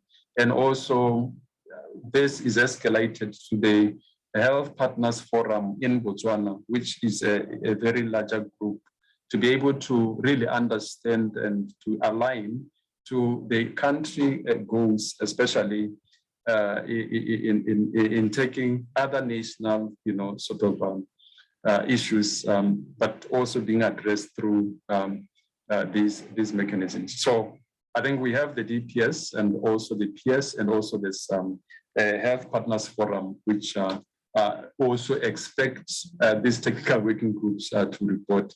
And by the way, here we have a presidency that doesn't play around when it comes to efforts for digitalization. You are required to really report on a quarterly basis on the status of your digitalization efforts, etc. So I think this is an area that we don't take lightly. And obviously the TWGs have to do their bit and as required. So that's how we ensure that everything goes smoothly. Thank you. Fantastic. So another point really is that above all these technical working groups, it's the ministry's leadership that's behind it in making sure that happens, and we are continuing to move it forward, in a timely fashion. So there is that support and follow-up from the higher levels of the leadership as well. And that's really key in sort of keeping all the different, if I can say, juggling all the different balls and keeping them in track.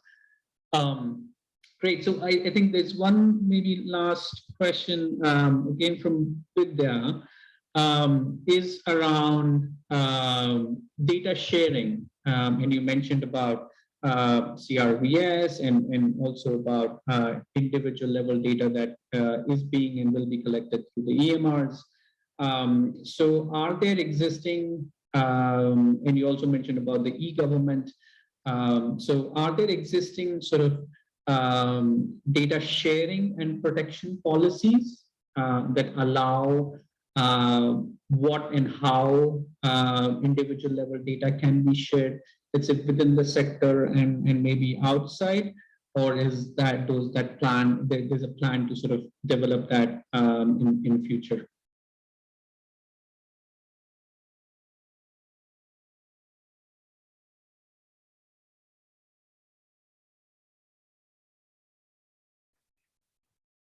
Sorry, Tony, are you on mute? Sorry for that. Sorry. Yeah, I was meant to say that we have for the data, governance framework, we have the data management policy 2018 that has been adopted across the entire health sector. It really just provides us with the way in which we can be able to handle the way we share data with all the stakeholders. And obviously within the ministry itself also, which has the data warehouse where most of the data is actually being consolidated. For us to be able to share that, there is our Department of Health Services Monitoring and Evaluation and Quality Assurance. And also there is the Policy Research Department. Even when you do a research in Botswana, you'll be required at least to be able to comply to certain regulations. And also if you are going to be able to have your data used or disseminated, you can be able to, sign or certain data sharing, go into certain data sharing agreements. These are documents that needs to be completed with both parties really agreeing on how data is going to be shared.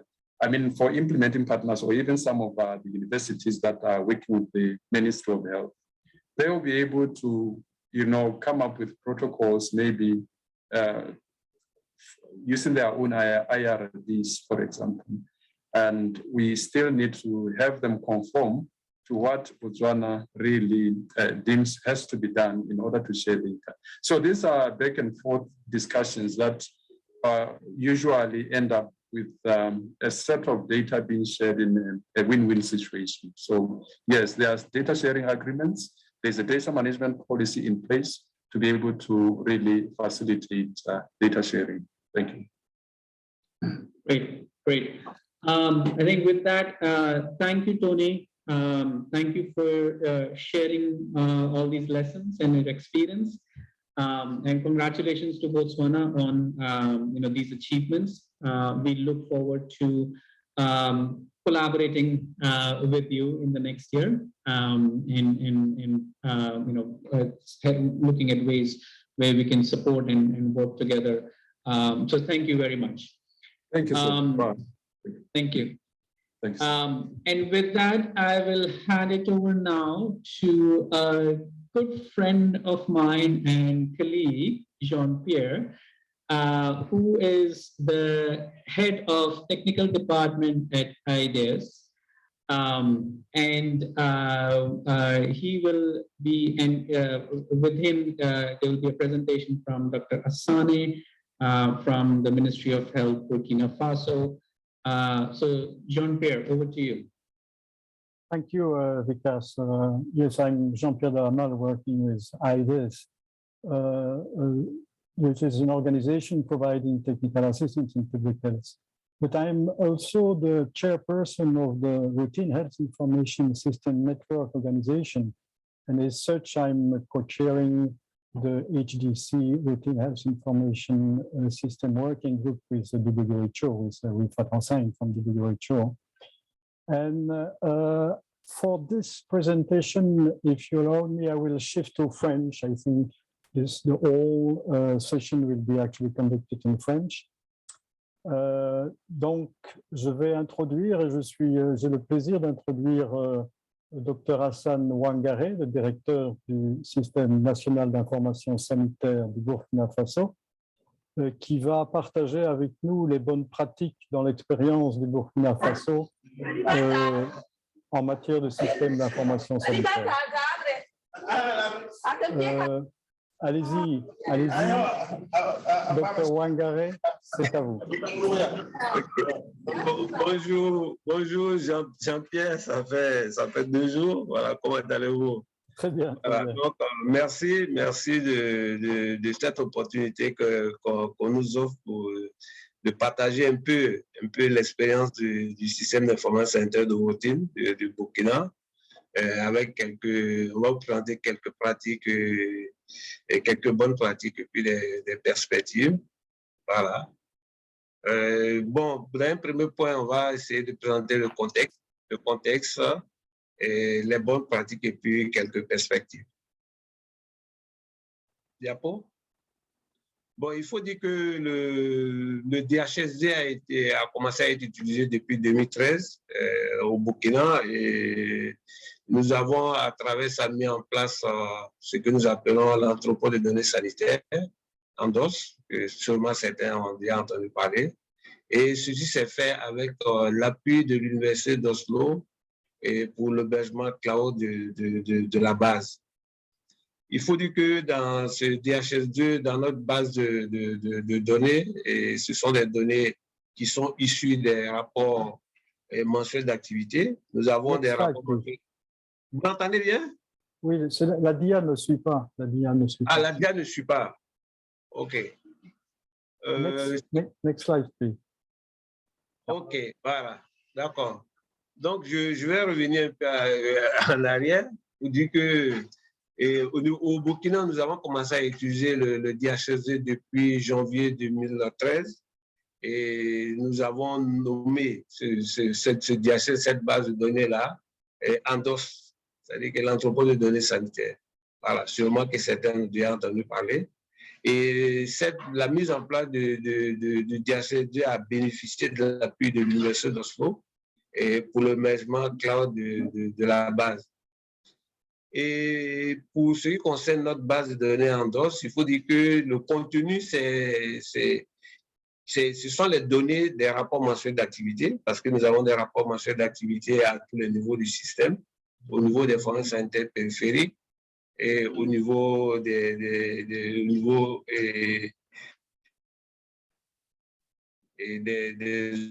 hôpitaux, et que ce soit des hôpitaux nationaux. Et dans l'entrepôt de données sanitaires, nous avons en plus aussi des données des campagnes. C'est une campagne JVA+, CPS. Et nous sommes en train de travailler avec la direction de la nutrition pour prendre en compte un certain nombre de données de campagne encore dans cette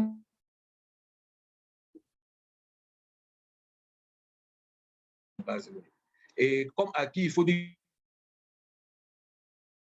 que depuis la mise en place de ce DHSD au niveau du de routine, et cette disponibilité accrue de données de routine aussi a entraîné une forte demande de données de la part de différents acteurs, que ce soit des partenaires ou bien des partenaires nationaux ou bien internationaux. Et la grosse difficulté que nous avons actuellement est surtout liée au contexte sécuritaire.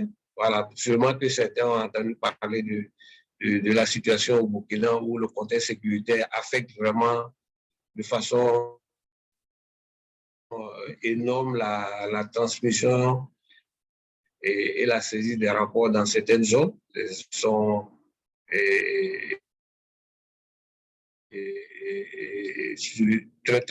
dans un contexte très difficile.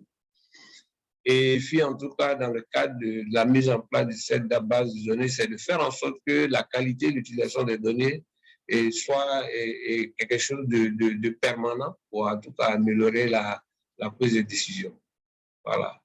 Et je voudrais aussi dire que la mise en place de cette base de données, en tout cas, a permis en tout cas l'accompagnement. Ça a été fait par l'accompagnement de l'ensemble de nos partenaires techniques de financement. Partenaires techniques.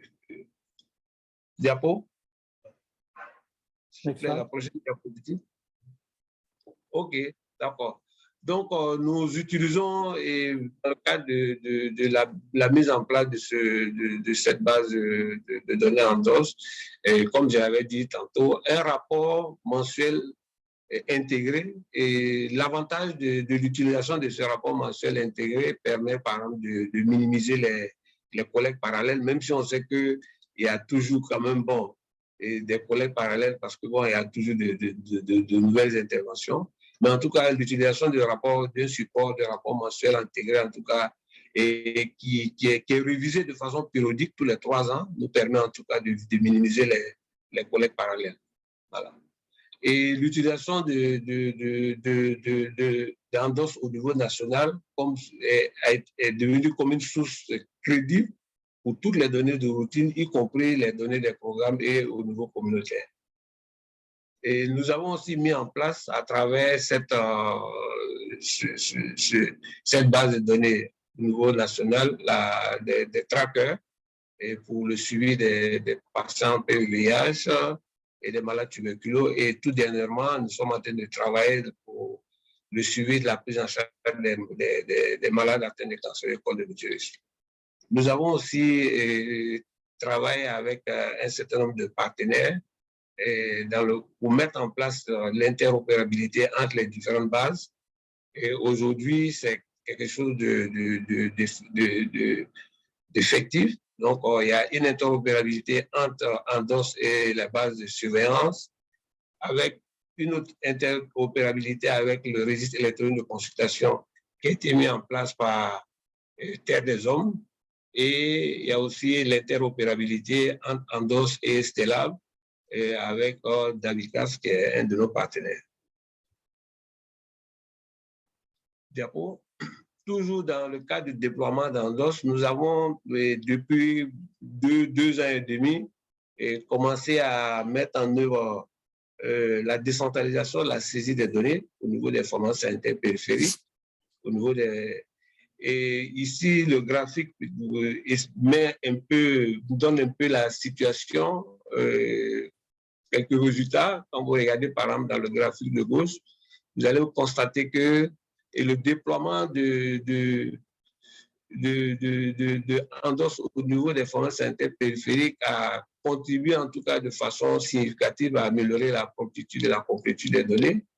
Et vous avez constaté que si on prend au niveau régional, les régions qui ont les meilleures complétudes sont les régions dans lesquelles on a pu mettre en œuvre la décentralisation de la saisie de données, au moins dans un district sanitaire. Voilà. Donc, la complétude et la promptitude a été vraiment améliorée dans les régions qui mettent en œuvre cette décentralisation. Et dans le graphique de droite, là, c'est on a essayé de schématiser dans une région, et c'est plus particulièrement dans la région du centre-ouest, où il y a un seul district qui met en œuvre la décentralisation de la saisie des données. Et on constate effectivement que le seul district qui met en œuvre cette décentralisation, la complétude et la promptitude des données est très bonne. Donc, c'est une stratégie que nous avons commencé à mettre en œuvre et qui donne en tout cas des résultats très probants. Et nous travaillons en tout cas avec l'ensemble des partenaires pour pouvoir passer à l'échelle. Et toujours dans le cadre de la mise en œuvre de DHS2 au niveau national, nous avons pu installer aussi le Wood Data Quality Tool, et ceci a permis de renforcer la revue de la qualité des données. Et quand vous regardez dans le graphique de gauche la cohérence, je crois qu'il y a un retard, la diapo, il y a un diapo qui n'est pas encore sorti. S'il vous plaît, vous pouvez passer la prochaine diapo. La prochaine diapositive. OK, merci. Donc, je disais tantôt que dans le cadre de la mise en œuvre du DHS2 au niveau national, nous avons pu installer le World Data Quality Tool, et ce qui nous permet de renforcer la revue de la qualité des données.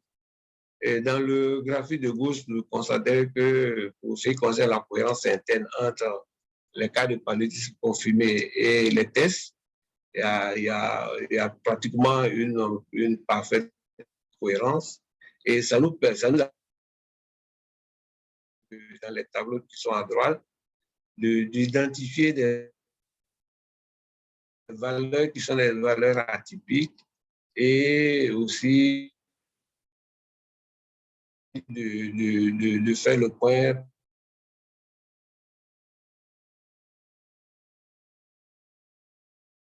par rapport aux valeurs qui sont manquantes. Donc, de façon globale, en tout cas, contribue vraiment de façon. Et nous faisons aussi la conduite nous organisons aussi des ateliers de revue des données, et tout ceci dans le but d'améliorer la qualité et l'utilisation. Je crois que la diapo n'est pas encore arrivée. La prochaine diapo, s'il vous plaît. Oui. OK. D'accord. Donc, toujours dans le cadre des bonnes pratiques, et nous organisons de façon périodique des ateliers de revue des données, et tout ceci dans le but d'améliorer l'utilisation des données. Voilà. Donc, on fait la revue des données de nutrition, de tuberculose, de DHS. Voilà. Bon, en termes de prochaine diapo, s'il vous plaît.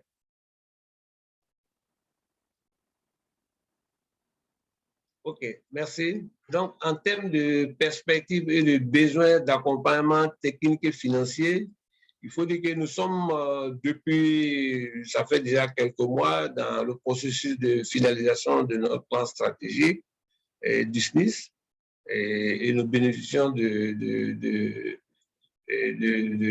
ce processus-là de l'appui d'un certain nombre de partenaires, de l'OMS, et plus particulièrement de COPESMIT.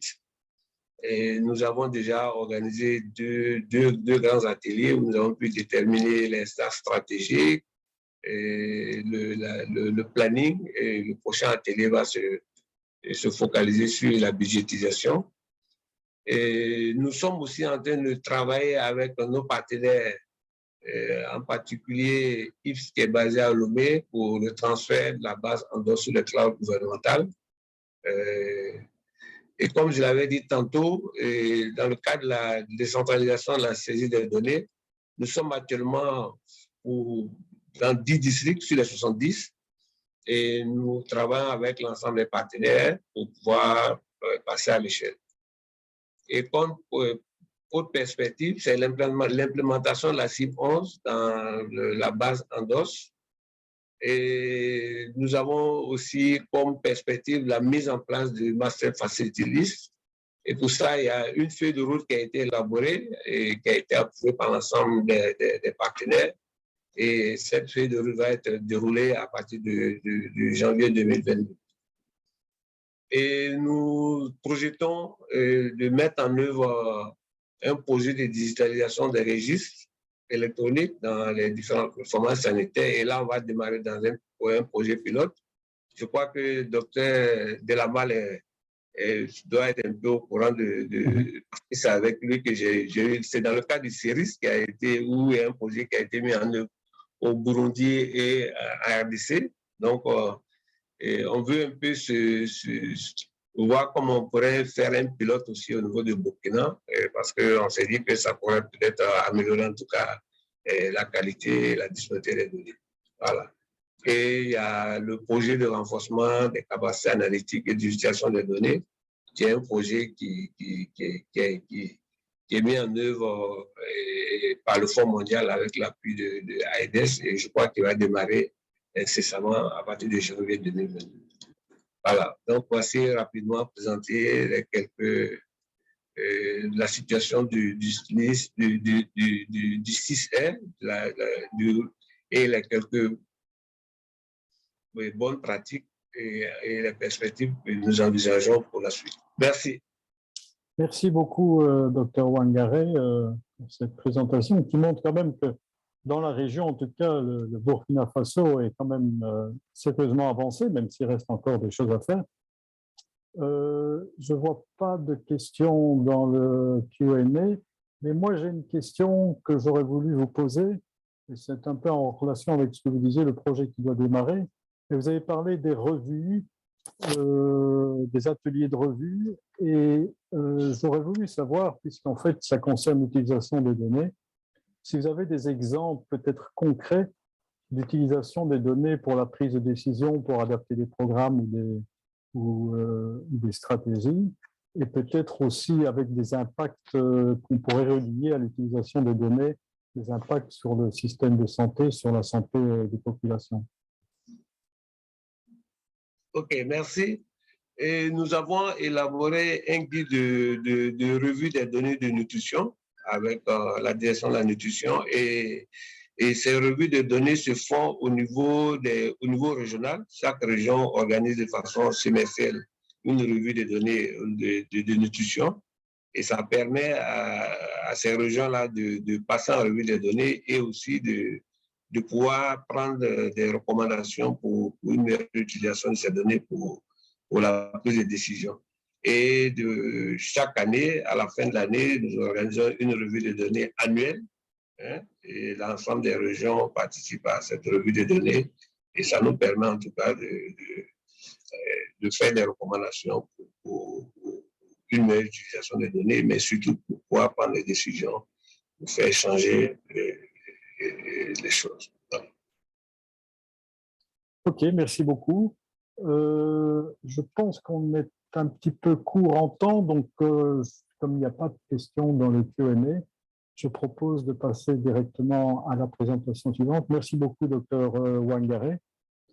And I switch again back to English now. And, merci. Merci.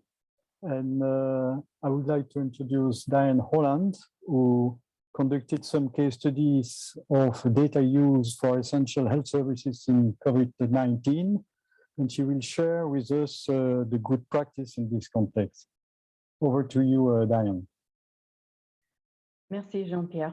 It's a pleasure to be here. Good morning, good afternoon, and good evening. My name is Diane Holland, and I have the pleasure of supporting the generation of some of the case studies that Jennifer mentioned in her opening reflections. I've been working in the humanitarian and development sector for around 20 years, and with a more recent focus on monitoring and data adaptations during COVID-19. Next slide. This is not my slide.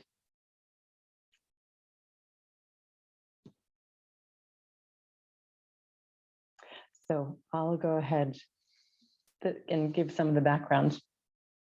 The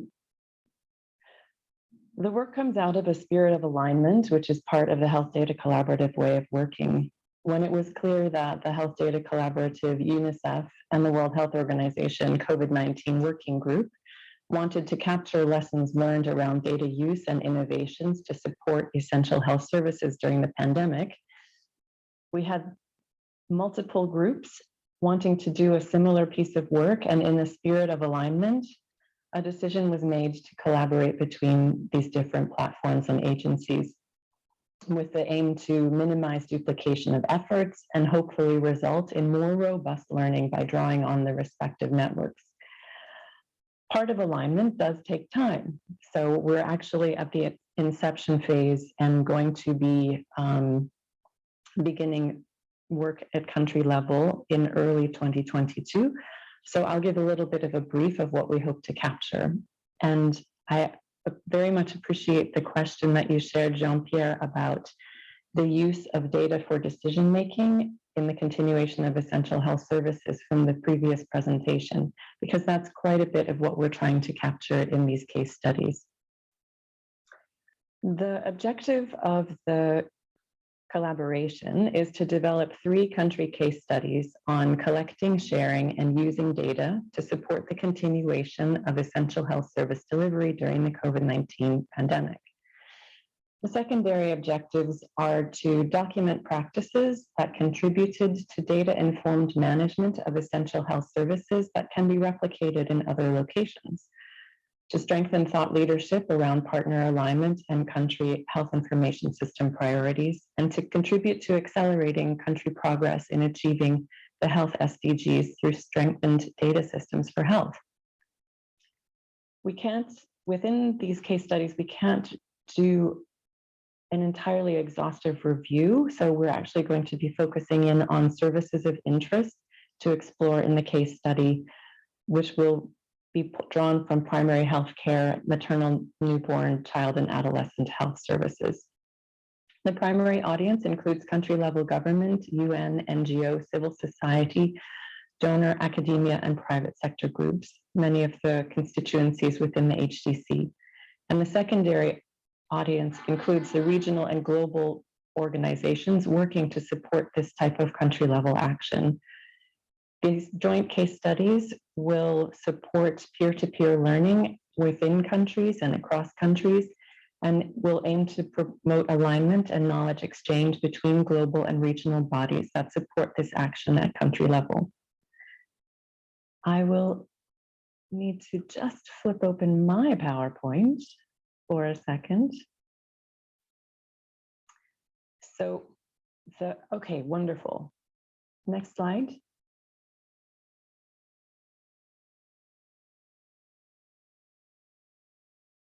And the next slide.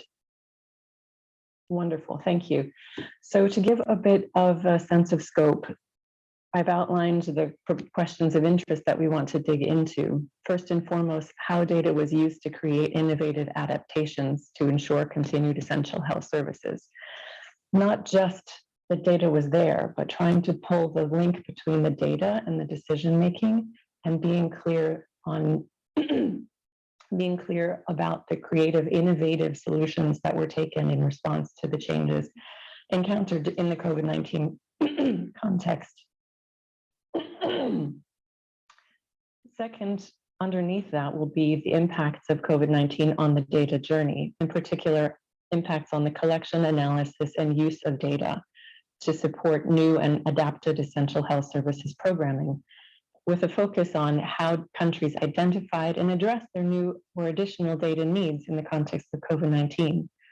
Underneath those big questions, we'll be pulling out what were the investments and enablers that supported that action, and what were the obstacles and solutions that were developed to ensure the continuation of essential health services. And in order underneath that to be looking back at what happened, what did we learn from it, and then what can we take forward through the implications of this experience at policy, programming, advocacy, and research levels and moving forward. Next slide. Thank you. Country case studies will cover action taken between March 2020 to June 2021, and they will be contextualized with relevant background information on essential health services and health system functionality, including the health data systems prior to the pandemic. One country case study will be chosen per region from Asia, Africa, and Latin America. The selection criteria included whether or not the country was an HDC priority country, whether it was an SDG gap country, the income level, the ability to complement and not duplicate other lesson learning efforts, and the bandwidth and availability of those at country level, as well as the topical issues of health that are relevant to the HDC, UNICEF, and WHO. Currently, we have selected two: Uganda, which is an HDC and SDG gap country, as well as Bangladesh, which is an HDC country, and we're finalizing the selection between Guatemala and Jamaica. Next slide, please.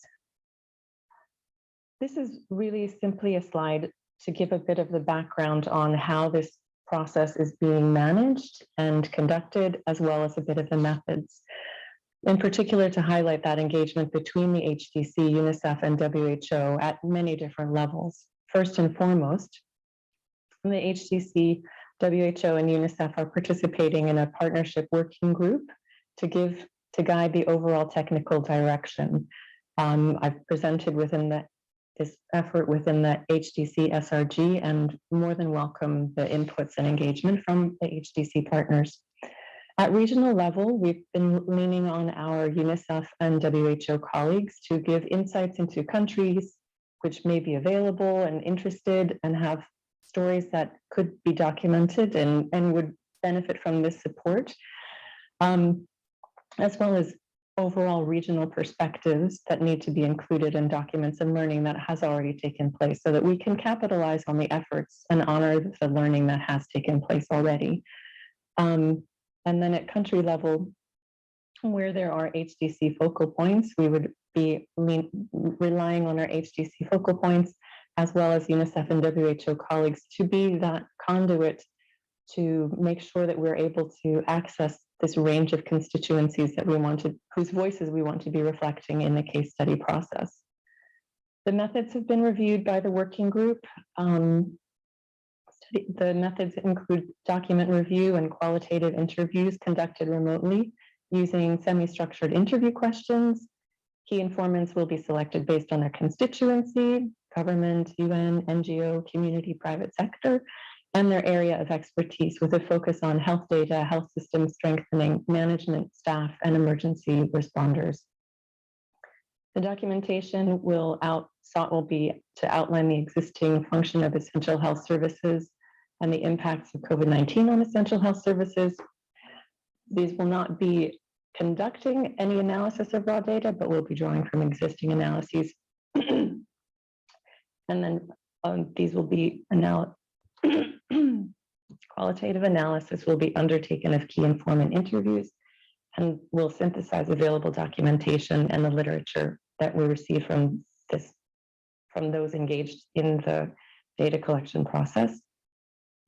In order to synthesize this into a case studies that reflect, as I mentioned in the earlier slide, what investments helped supported the continuation of essential health services? What were the innovations that were made? And how did data drive that?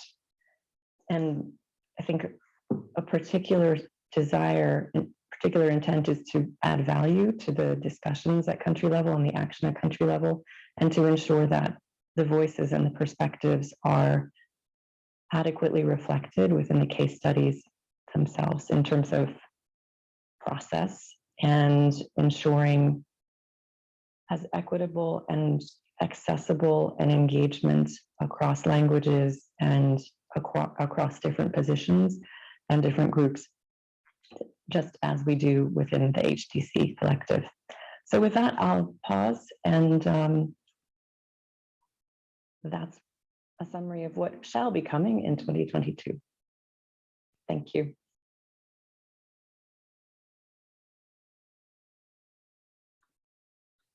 Thank you, Diane, for your talk and all the talks above.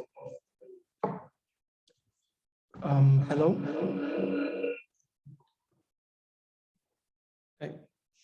Yeah, thank you all. Thank you to all involved in our session, this first session of today's event. We got a very interesting point made by all of you. So now we are going to take a 10-minute break, and we'll see you back here. Thank you.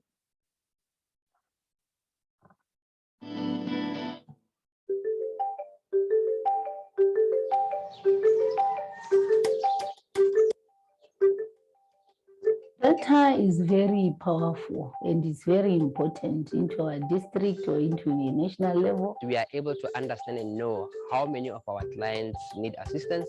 We're able to understand the burden in the district. If we didn't have this data, we wouldn't know what we are doing. We wouldn't know who we are serving. We wouldn't be able to plan. It influences the partnerships, how they would help the district, how can they help at national level. So in this here office, that's basically where most of our reports come in from various health facilities on a monthly basis. As the reports come in, we check which report has been brought. We check if the information within the report is correct. if the information within the report is completed. This data comes as raw. When it is compiled now, it becomes a district report.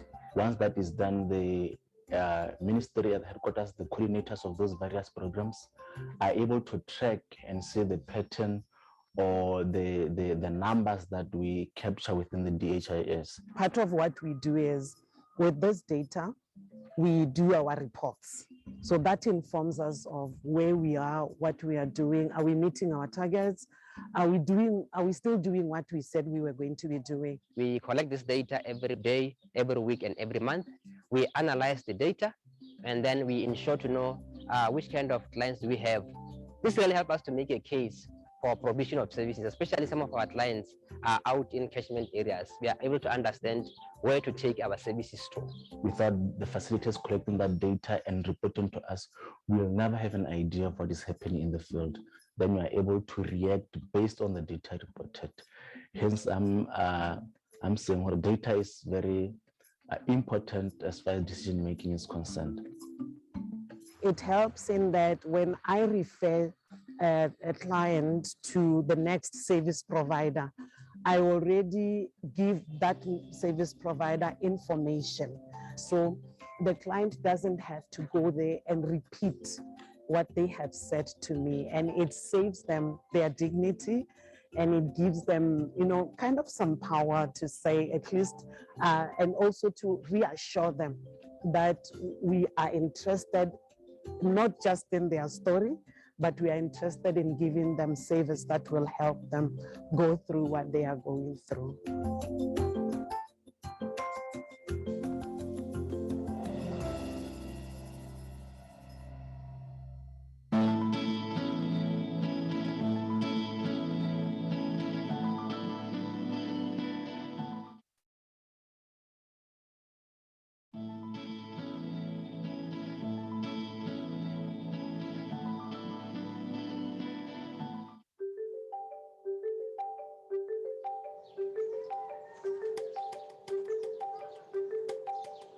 Data is very powerful and is very important into our district or into the national level. We are able to understand and know how many of our clients need assistance. We're able to understand the burden in the district. If we didn't have this data, we wouldn't know what we are doing. We wouldn't know who we are serving. We wouldn't be able to plan. It influences the partnerships, how they would help the district, how can they help at national level. So in this here office, that's basically where most of our reports come in from various health facilities on a monthly basis. As the reports come in, we track which report has been brought. We check if the information within the report is correct, if the information within the report is completed. This data comes as raw. When it is compiled now, it becomes a district report. Once that is done, the ministry at headquarters, the coordinators of those various programs are able to track and see the pattern or the numbers that we capture within the DHIS. Part of what we do is, with this data, we do our reports. So that informs us of where we are, what we are doing. Are we meeting our targets?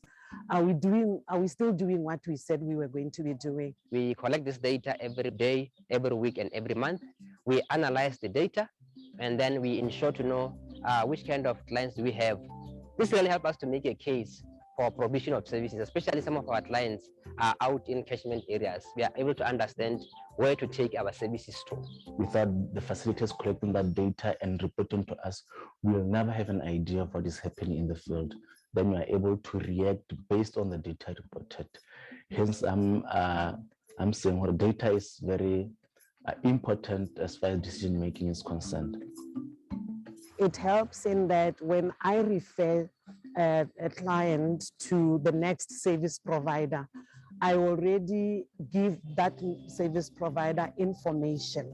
So the client doesn't have to go there and repeat what they have said to me, and it saves them their dignity, and it gives them, kind of some power to say at least, and also to reassure them that we are interested not just in their story, but we are interested in giving them service that will help them go through what they are going through.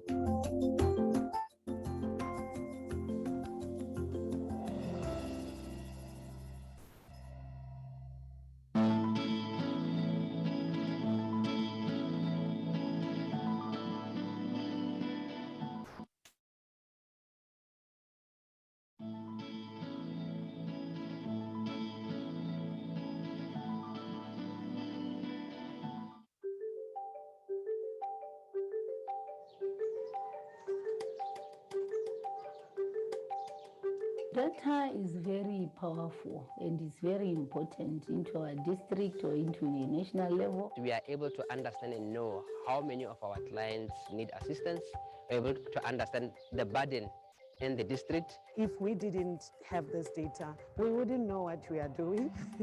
We wouldn't know who we are serving. We wouldn't be able to plan. It influences the partnerships, how they would help the district, how can they help its national level. So in this here office, that's basically where most of our reports come in from various health facilities on a monthly basis. As the reports come in, we track which report has been brought. We check if the information within the report is correct, if the information within the report is completed. This data comes as raw. When it is compiled now, it becomes a district report. Once that is done, the ministry at headquarters, the coordinators of those various programs are able to track and see the pattern or the numbers that we capture within the DHIS. Part of what we do is, with this data, we do our reports. So that informs us of where we are, what we are doing. Are we meeting our targets? Are we still doing what we said we were going to be doing? We collect this data every day, every week, and every month. We analyze the data, and then we ensure to know which kind of clients we have. This will help us to make a case for provision of services, especially some of our clients are out in catchment areas. We are able to understand where to take our services to.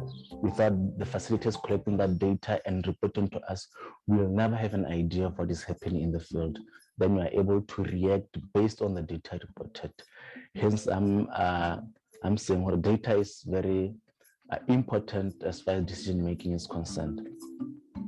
It helps in that when I refer a client to the next service provider, I already give that service provider information.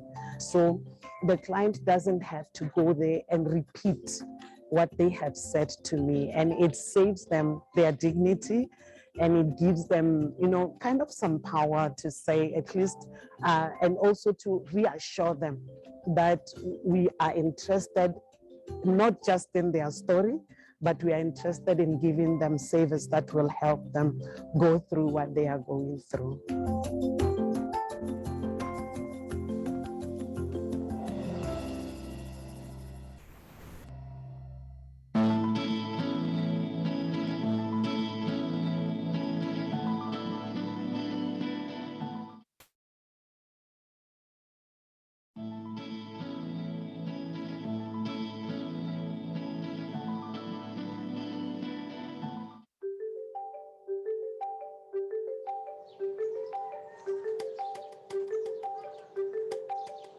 Data is very powerful and is very important into our district or into the national level. We are able to understand and know how many of our clients need assistance.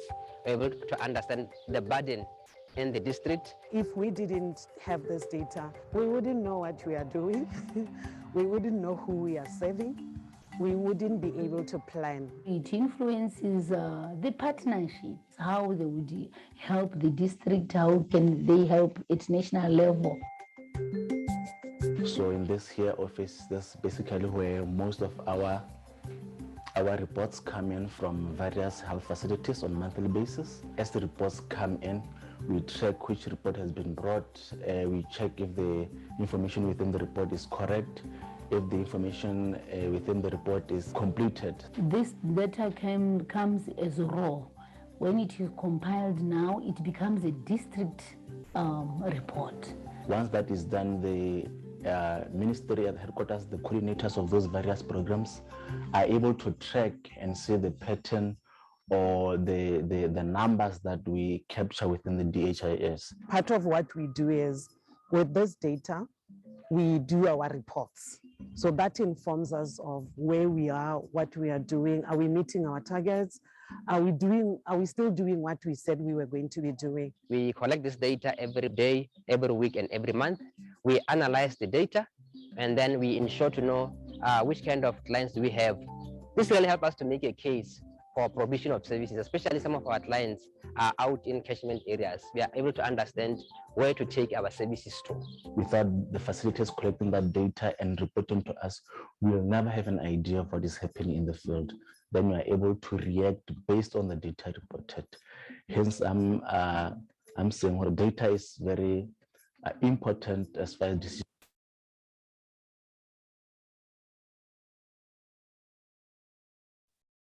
Welcome back, everyone. Welcome back, everyone. My name is Amadou. I'm substituting for Dr. Lukubar, and I'm apologizing on his behalf. He had to step out for an emergency.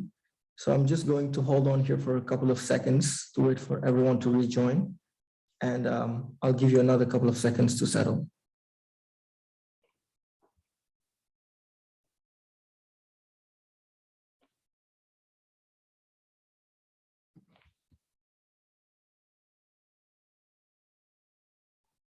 So again, great to have you all back. I hope you're all settled, and I hope you enjoyed your break. So in this next session, we will be hearing from the working groups. So please welcome our session facilitators, Carrie Eggers and Alvin Marcello. Carrie is from the US CDC and Alvin from the Asia eHealth Information Network. You can take it away, Carrie.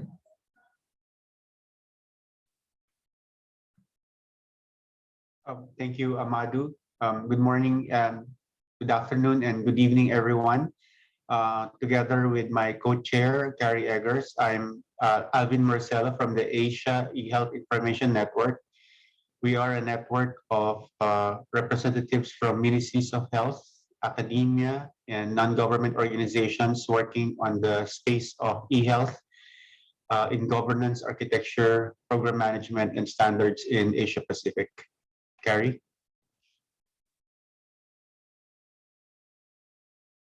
Thank you, Alvin. So my name is Carrie Eggers. I'm an epidemiologist at the Center for Global Health at the U.S. Centers for Disease Control and Prevention in Atlanta. As Alvin mentioned, we're co-chairs of this session, but we're also co-chairs of the research, academic, and technical constituency within the HDC. So the next session that we're chairing is going to be focused on the 7 working groups, which are really the technical engines of the HDC. So this is where the work that's envisioned by the HDC actually gets realized with support to and from countries working together with the partners. To start us off, we're going to hear an update on the working group outputs for the past year and then plans for 2022 and 2023 from Alex Lujerte, supporting the working groups as the secretariat for the HDC. Then we're going to hear about some of the activities or interventions from 4 of the working groups presented by the chairs. We'll start with Azza Badra, who is a technical officer from the surveys, CRVS, and health service data within WHO. She will be presenting on the civil registration and vital statistics working group. Then we'll have Jean-Pierre de Lamal, which we just met in the last session. He will be presenting for the Routine Health Information Systems Working Group. Next, we'll have Marie Donaldson, who's a postdoctoral fellow at City University of New York, will be presenting for the Data and Digital Governance Working Group. And finally, we'll have Remy Wamba from the health section within UNICEF, who'll be presenting on the Community Data Working Group. And then after these brief presentations, we'll then open up the floor for a discussion. So please put any questions or comments in the chat, and we will address them during the open forum after all the presentations are complete. With that, I'll pass to Azza.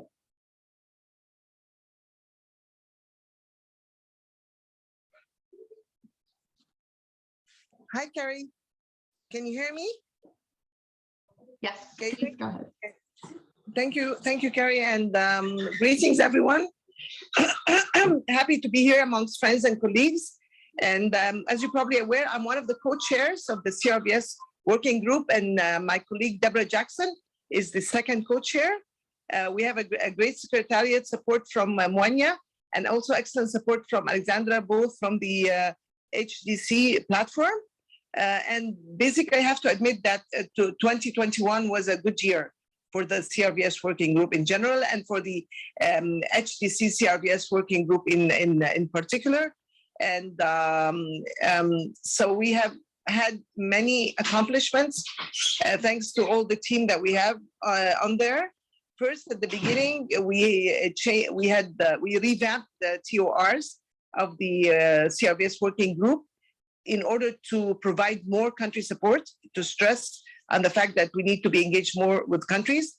Then we expanded our membership to ensure more inclusive partnerships. We included many country CRBS stakeholders in the membership, and we're still expanding. We conducted many meetings to dissect countries' CRBS systems through virtual meetings, and we encouraged and supported national CRBS stakeholders meetings with international partner engagement. So we started with several virtual meetings with Malawi, with great support of our WHO focal point, Salome. And we also engaged several of the national stakeholders. And then we moved to Kenya, and the process was initiated by engaging our WHO country offices, country office in Kenya. We were able to engage also the national stakeholders in virtual meetings, understand the operations of the CRBS systems and provide solutions. And here, of course, I need to acknowledge the great efforts of our WHO focal point, Leonard Cosmos in Kenya, who is really the dynamo for many, many activities, including CRBS. And the cherry on the top of the cake was when Madame Janet Mushero, the head of the Civil Registration Authority of Kenya, invited the HDC CRBS group to a national CRBS stakeholders meeting in Kenya, where WHO was heavily involved. Mwanya and myself visited Madame Mushero in her office, had a meeting with the principal secretary of the Ministry of Interior, had a meeting with the UN LEA membership at the national level to coordinate the activities. We conducted field studies to the civil registration authorities, Huduma Center, and we went even to a regional referral hospital where we watched the in action, where the electronic medical record staff entered the death registers with the causes of death and the coding in ICD-10 and ICD-11 on the system. And we saw the results of, we examined the entries and the outputs of that system. And then we presented our findings to, in a very big, huge CRBS stakeholders workshop, which was organized by the head of the Civil Registration Authority, Madame Janet Mushero, who is on the call here today. And I just need to really thank her, not only for the beauty of the system that she has in place. She has a beautiful paper-based system in Kenya, and the offices run very smoothly. And we also give her our some advice on how to make it more, how to increase the access. But the system is definitely working very well. She welcomed us, and the workshop was very well organized. On that, the meeting had the principal secretary of the Ministry of Interior, was like the Minister of Interior, the Director General of Health, the Director of Health Statistics of the Ministry of Health, the Director of the Kenya Institute of Statistics, the Bureau of Statistics. So all the main CRBS stakeholders were there. The conduct of the meeting with everyone involved in there was already a main achievement of this visit, and it was very informative. They learned and we learned, and it was really very successful. And we thank Madame Janet Mushero for that, and all the international partners as well. So because of our involvement, we had informed CDC and Vital Strategies that we are going to Kenya and they also send participants. And I think also Kenya will benefit from that extra collaboration from our partners. The challenges that we faced in 2021 were particularly due to the fact that some countries which initiated CRBS improvement process with other partners were kind of discouraged to continue the journey with the HDC platform of WHO. So, and they preferred to remain with the original partners, and therefore did not really opt to cooperate. But we are in the process of negotiating that part with those countries. Funding CRBS systems is not a simple chore, and it's not easy for WHO to fund the administrative systems which are largely outside that sector.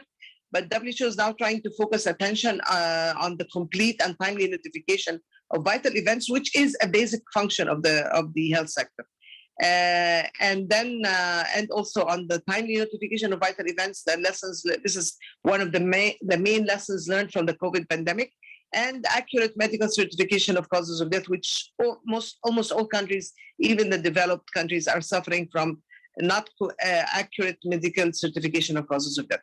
And of course, an application of the verbal autopsy methods where applicable. So this is where we are focusing our efforts. For the improvements that we need to do is that we need to increase the membership of the CRBS working group.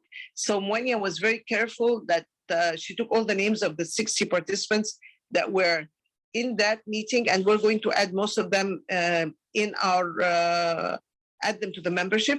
And also, as we move forward on this, we need to keep our focus on the countries. Our edge as the HDC platform is the plethora of partners that we have on the platform, each with a distinctive competitive advantage. And together we can pull big projects to get, and not only using our technical expertise, but also using our respective funding capacities. And I thank you very much. Over to you, Kari. Thank you so much, Asa. Appreciate that update. I'm going to actually revert back to Alex. I kind of jumped ahead in the program and ask if Alex could go ahead and do the overview. She's going to provide some updates on all of the working groups, and then we'll go back to going into more detail on the 4 of them, starting back with Jean-Pierre. So Alex? Thank you, Jenny. Okay. My name is Alexandra Laird-Sloika, and I work for the HDC Secretariat supporting the working groups.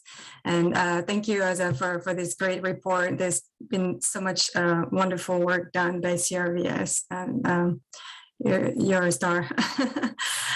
So as December 2021, the HDC has 7 technical working groups that aim to improve the availability, quality, and use of data for health-related decision-making and tracking progress toward the health-related sustainable development goals. The working groups produce global goods to address specific technical issues, help fill in gaps, and strengthen health information systems in countries. Through the country cases that were presented in the previous session, you now have a better overview of the country-focused work supported by the HDC working groups. The HDC is a collaborative platform in its infancy, and we're taking stock of the working group's accomplishments and challenges and what the working group's support should look like in the next 2 years to support the 3 HDC objectives, which are strengthen country health information systems, to align partner resources with country data and digital priorities, and identify and adapt global goods and tools with local context. I had a few slides. If they could come up, please. And I can start without the slides. First, we looked at the successes. And so the working groups have accomplished a lot, especially considering that they are composed of members dedicated to working on this project on top of their day job. About 20 products or tools were in the works by the working groups this year, and the majority of these tools is now publicly available online. Those tools help set up the path to build a data use culture and health-related data-driven decision-making at the global, regional, and country levels. To strengthen countries' HIS, the working groups laid out the foundation to improve decision-making, planning, and implementation for health information systems. They provided standardized and harmonized guidelines and principles, documented guiding notes, and country case studies to build good data governance at all levels. An example is the conceptual framework to measure community health workers' workforce performance. This framework is an indicator guide that offers harmonized and pragmatic measurements of planning tools based on lessons learned gathered from community health workers in countries. For the second objective, to align resources with country priorities, the working groups facilitated partner communication and coordination by organizing workshops and webinars. They have brought together governments, partners, and sometimes donors to address priorities identified by countries. For example, the CRVS stakeholder workshop that, as I mentioned earlier, in November 2021 was to introduce partners to the WHO's effort to strengthen CRVS system in the countries, to promote a stronger role in the health sector in CRVS, discuss potential collaborations, and identify and address gaps in the current CRVS system in Kenya. For the last objective, the working groups created a selection of standardized principles, indicators, tools, and trainings that can be adapted to specific context and community actions at the local level. They also provided best practices and guidance through peer-to-peer experience and lessons learned. These flexible products empower national health sector professionals and build capacity to better serve local priorities and identify gaps in underserved communities. An example would be from the DHNI working group that produced a digital health capability model navigator, maturity model based tool selection, which was a project funded by USAID.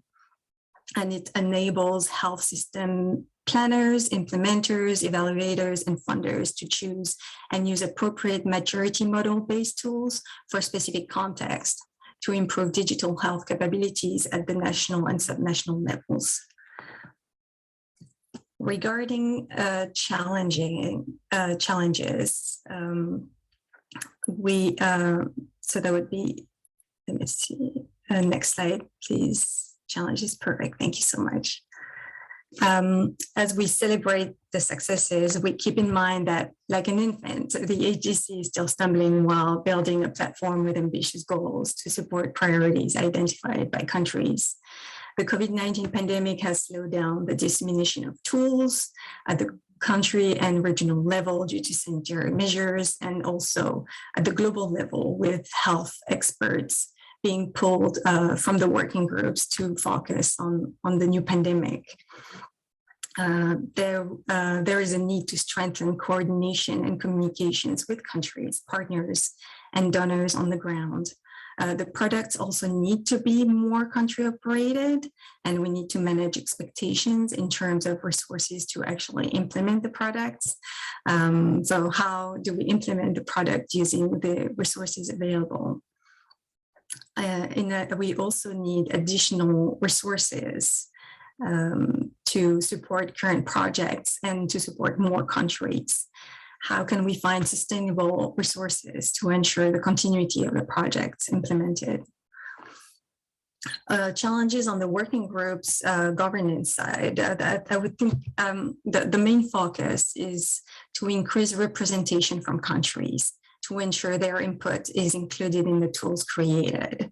A reason for that, there is a lack of representation at the moment in the working groups, and the reason for this is that country representatives are very stretched in terms of capacity, and they're facing technical issues, and we need to find solutions to bring them more in the working groups. And there were some discussions earlier in session 1 about the leadership of ministries that was mentioned, and I think that would definitely help here to help with the engagement of countries on the working groups and tool creation. The heart of the HDC's mission is to bring technical support where countries identify gaps.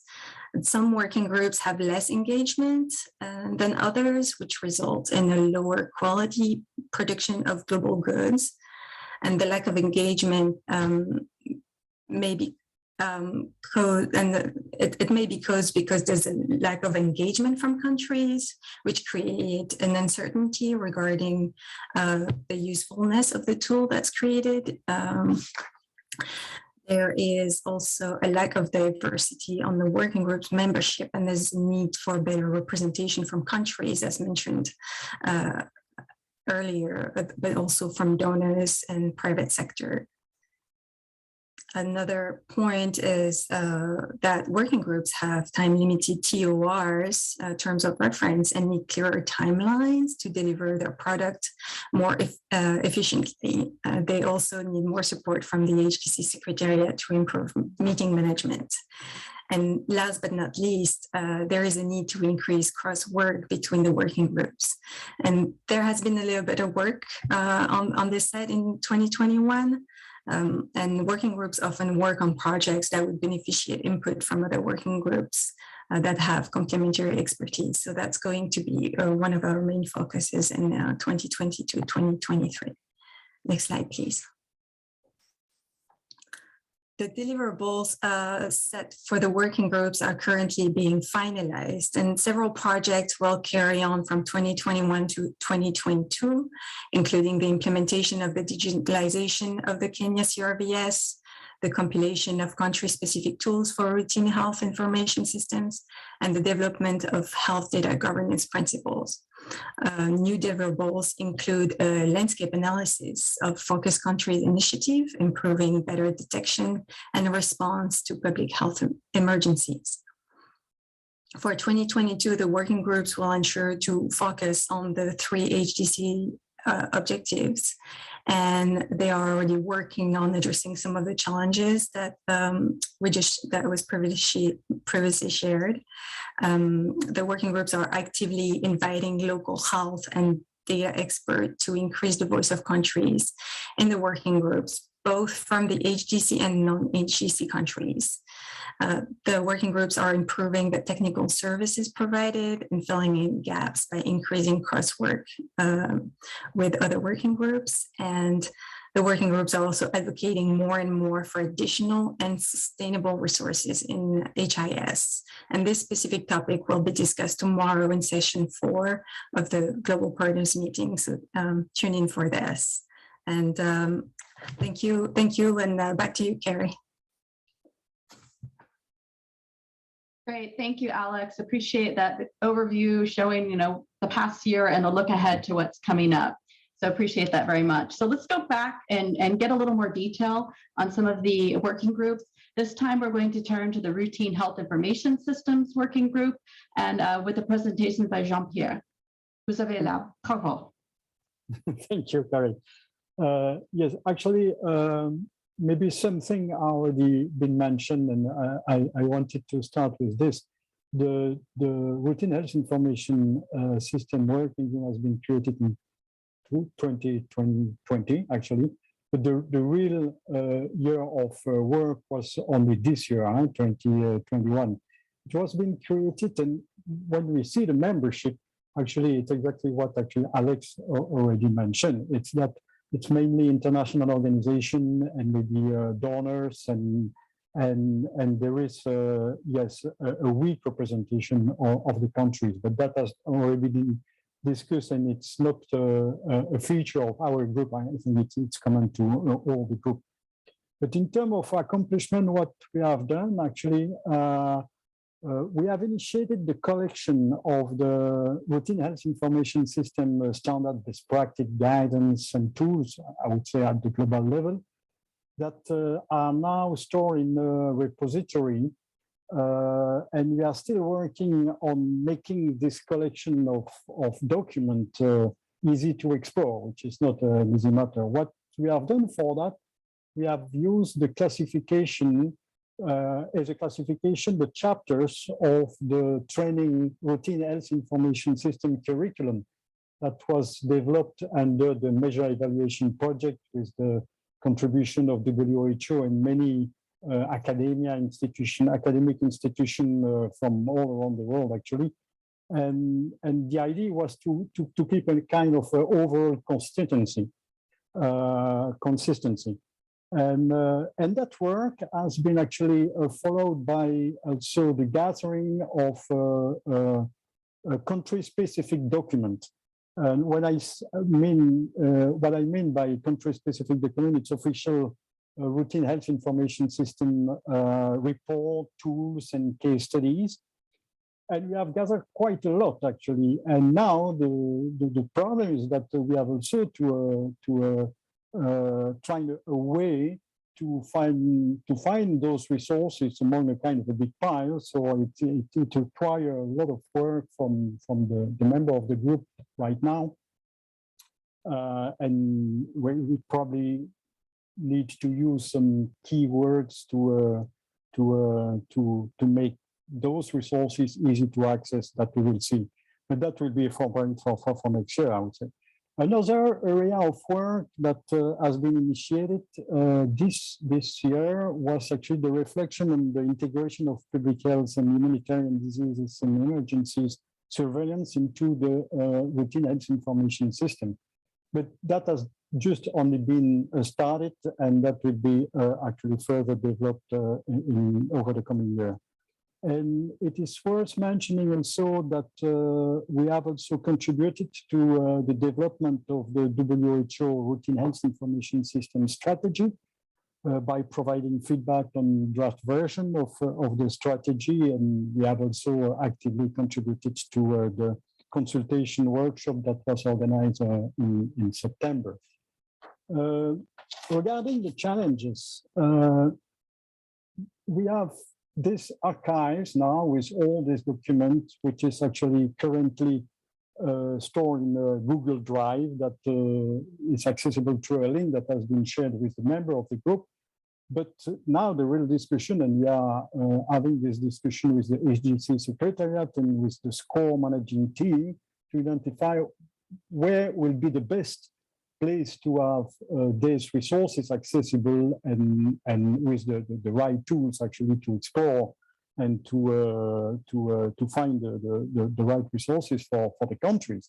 So and also related to that is that we need to have additional resources, because if we want to have this a collection of documents kept alive and well maintained with updated document and the last version of all the document, that will require some staff to get connected with the countries. And you know, the only reason, the only justification for that it's that it's used and consulted by the countries. Yes, it has also been mentioned that the next year will be also focused on the more cross-work between the groups. Actually, our group, Routine Health Information System Working Group, it's very, it's really at the cross point of the work of many other groups, so it's very important. And we have already started working with CRVS group and also with the community data group, and probably we should enhance the work with other group like those working on digital health and the governance of data and digital, and also probably the intelligence, because surveillance it's also something which is very well connected with routine.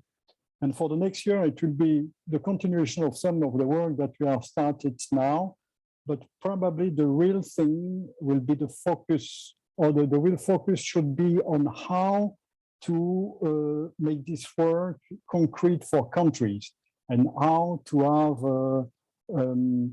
a way to connect with country and to help country actually strengthen their routine health information system by integrating, adapting, implementing those best practice that we have actually gathered and document and standard at the global level. But that will be for the coming years, the 2 coming years. So I will stop there and I will back to you, Karen. Great, thank you, Jean-Pierre. And now we're going to turn to Marie for the Data and Digital Governance Working Group.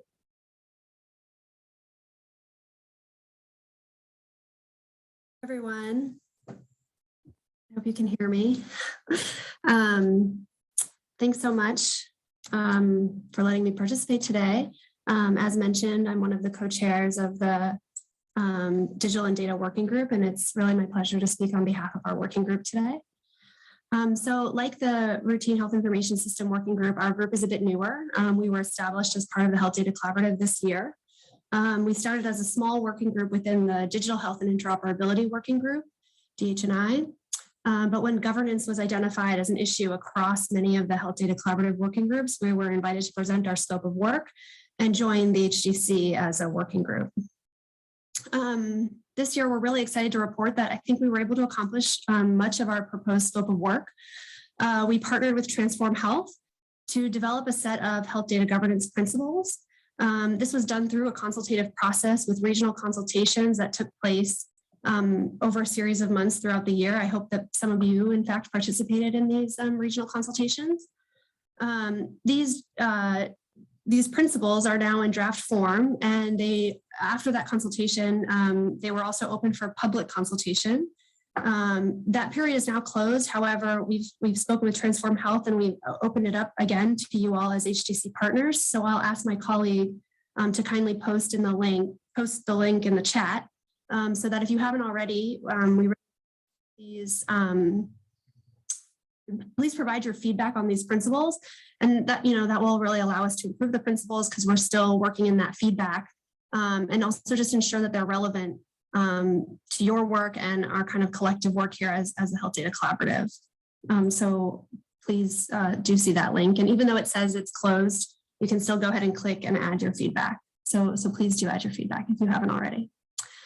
I think some of the challenges have already been mentioned, but I will just touch on some of the challenges that we faced as a working group. I think our primary challenge really has been the unfunded nature of our work. So as a result, it's been really difficult for us and our members to commit the time required for the deliverables we set forth. I think also, of course, as was also mentioned, during the COVID-19 pandemic, we've seen that, some of the priorities have shifted, of course, so there's less time to work on some of this unfunded work. An additional challenge we've identified, which has also been mentioned, is sort of the limited facilitation of cross-collaboration between other HDC working groups, the constituencies, and perhaps most importantly, the Health Data Collaborative Pathfinder countries. As was noted, the point of the work is to be most relevant to countries, and so that participation is, of course, necessary. When we think about how we can improve our working group in the coming year, we're really, because we identified that funding issue early on, we've decided to try to seek funding in partnership with Transform Health again for our proposed work in 2022. I think we also suggest, as the Health Data Collaborative, this group, that we're all committed to inclusive work and creating meaningful global goods, that we try to work together to find better ways to share our work with each other and really take advantage of this range of technical experts that this group has. I think Alex already noted this, but we kind of started that discussion with Health Data Collaborative, or with the Secretariat, and hope to find better solutions in 2022. I think just Jean-Pierre's presentation made me think about, I just want to note that Since the importance of access to tools and evidence has been raised here, all of our working group documents are also in an open platform that once you join the group, you have access to all these documents. But it would be great to further discuss with other working groups and the Secretariat, how we can create a searchable learning platform. And this might be one effort that could kind of foster collaboration and knowledge sharing between all of the HDC partners and members. And that is something that we had put in our scope for our original, but we would like to work on more with you all in 2022. And in terms of, for the next year going forward, in the next year, we really plan to focus on how to operationalize the health data governance principles that we created this year, that were developed this year rather. And especially what we would like is to learn more from countries about the challenges that they face, the solutions that they've implemented, specifically as it relates to governance of health data. We hope to do this by engaging a range of stakeholders who manage, influence, and contribute to national and subnational data systems. And then we're putting together, what we call this operational framework, where we would compile these experiences and develop a framework around, how to address certain issues about data governance within systems. So that's really our plan for the next year. And we look forward to working with all of you to accomplish this. So many thanks for letting us present today. Thanks very much, Marie. Appreciate that. And we're going to end this part of the session before we open it up for questions to Remy to speak on the community data working group. And I'll just remind everyone, please, we will have a little time after Remy finishes to address any questions for the panel or any discussion points you'd like to bring up. So please put those in the chat and we'll get to those as soon as Remy finishes. Thanks. Great.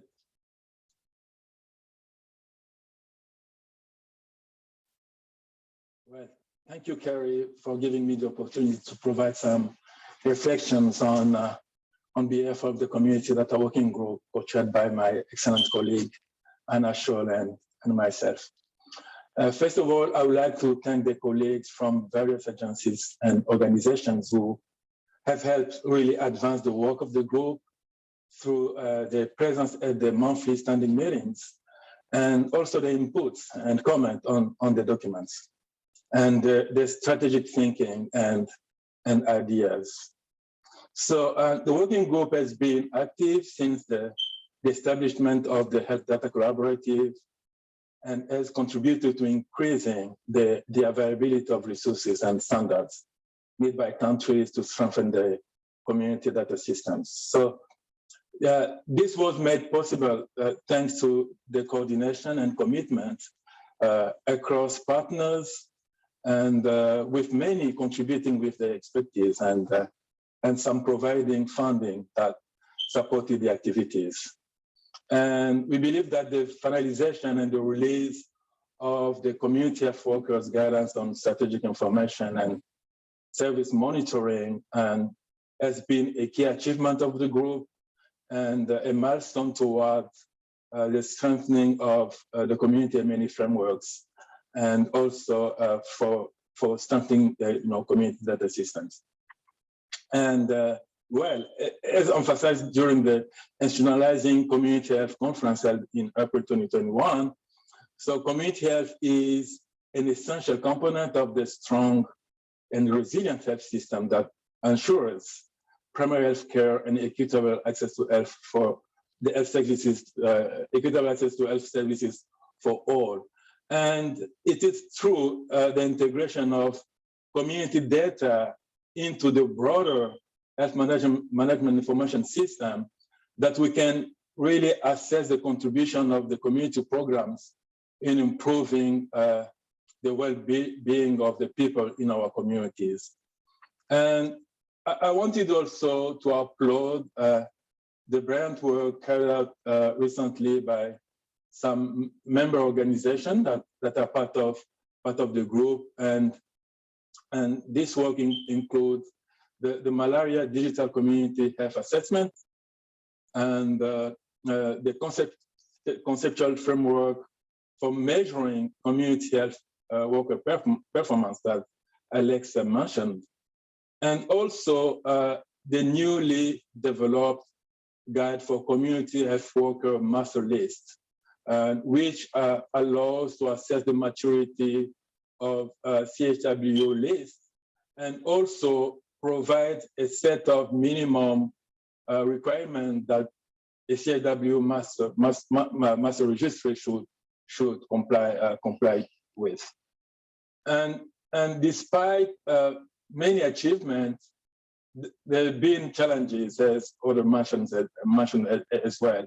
And the onset of the COVID-19 pandemic really hampered some country and regional consultation that we planned.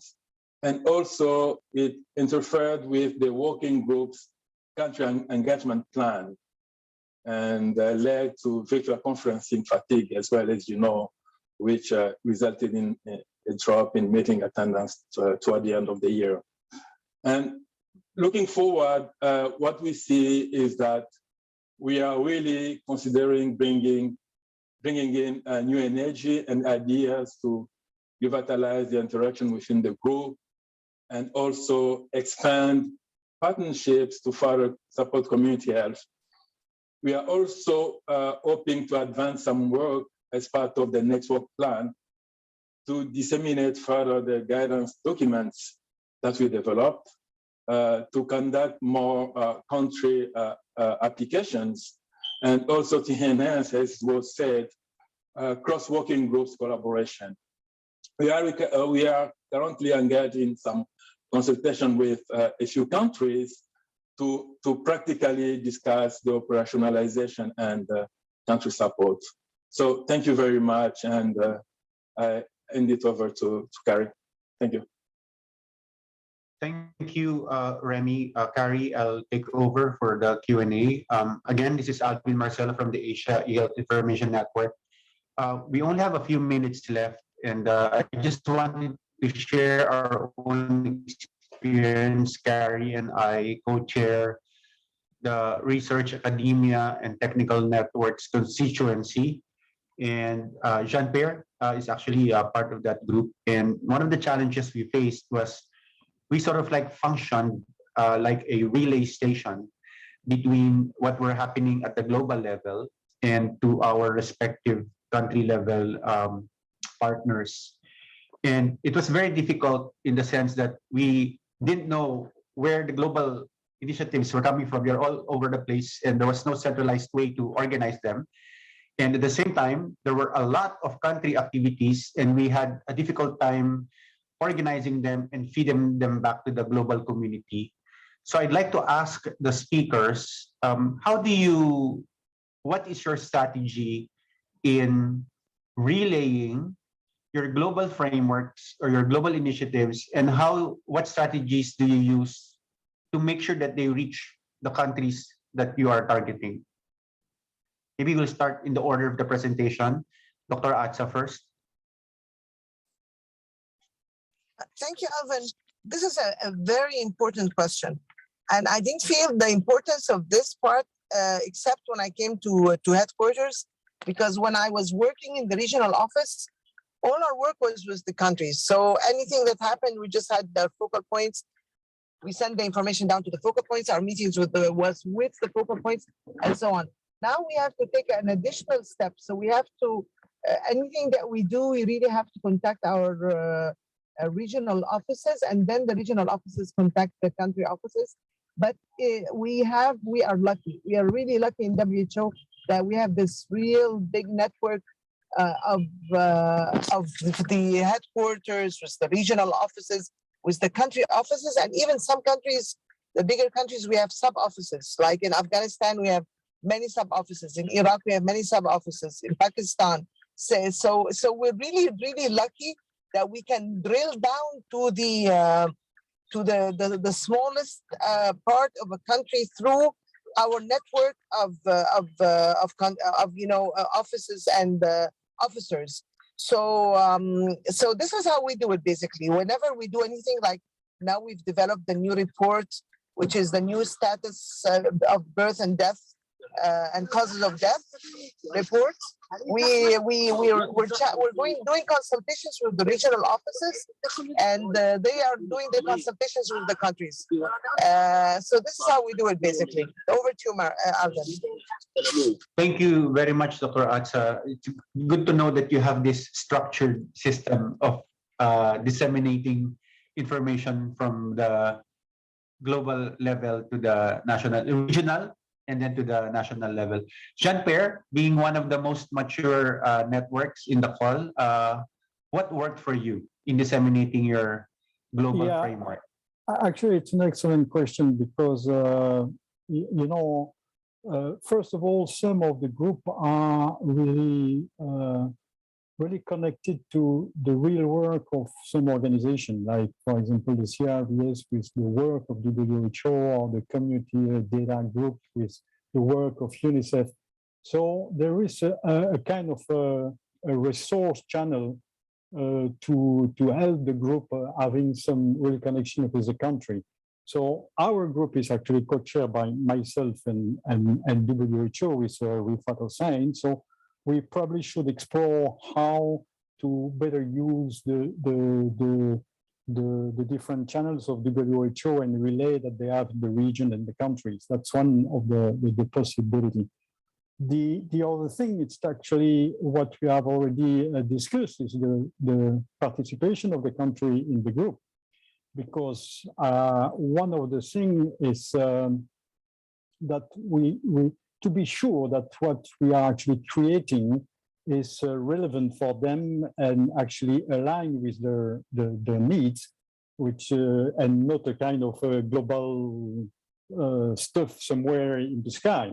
So that's one of the things, and that they can really use what we are doing. And there is another challenge, I think, it's that how shall we articulate with the traditional technical assistance channels? Because probably the HDC is not a provider of technical assistance. So if we want to help the countries integrate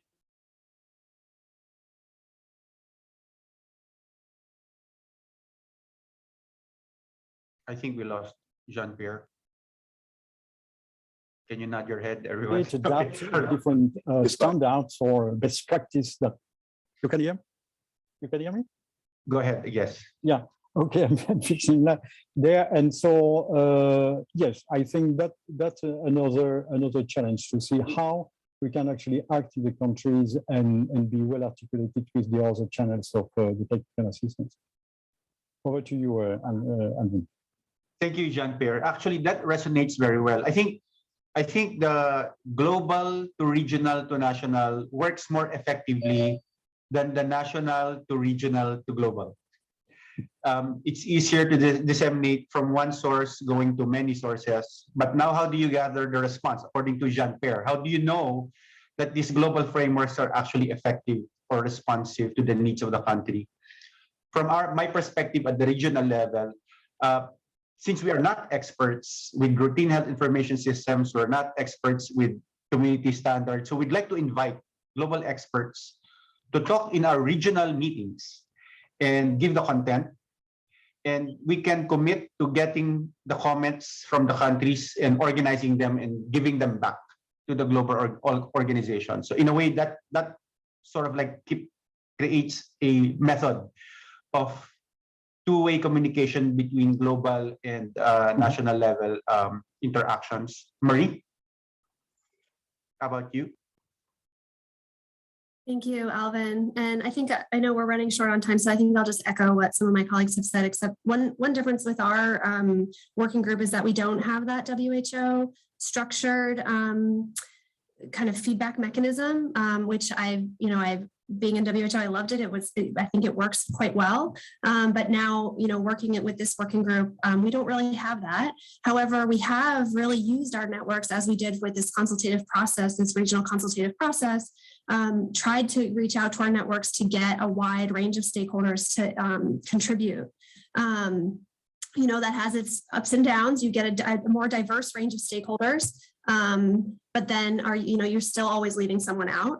And I think another thing so that's sort of just how we've done it. But one thing that we're thinking about is how can we use, now COVID's changed everything. Everyone is tech, we're not doing these like meetings anymore. We're not sitting together in a room and talking to each other. Even right now, we're all like this. But are there ways that we can limit sort of the cost of engagement via, a short survey? We've talked about doing that, like a very short survey to seek input from your phone, so that we're not asking our already stretched colleagues to provide more input, but in a way that actually works for them. So that's something that we're exploring as we think through how we'll do our operational framework. Thank you. Thanks, Marie. And Remy? Yes. So yes, I mean, this is a critical question. And I would start by saying that, how did we develop these tools? So it started with, some gap analysis and understanding what are the country needs. This is really key to start with.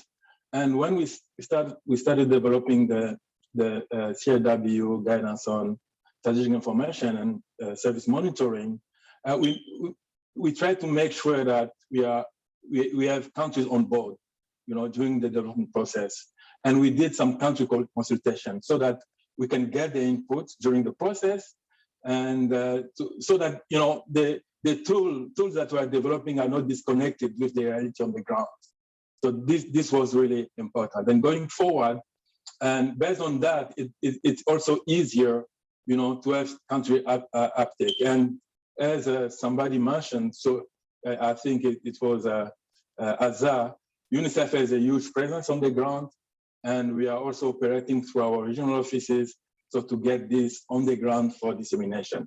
These are key processes that we use to disseminate, first of all, to develop and disseminate these tools. Yeah.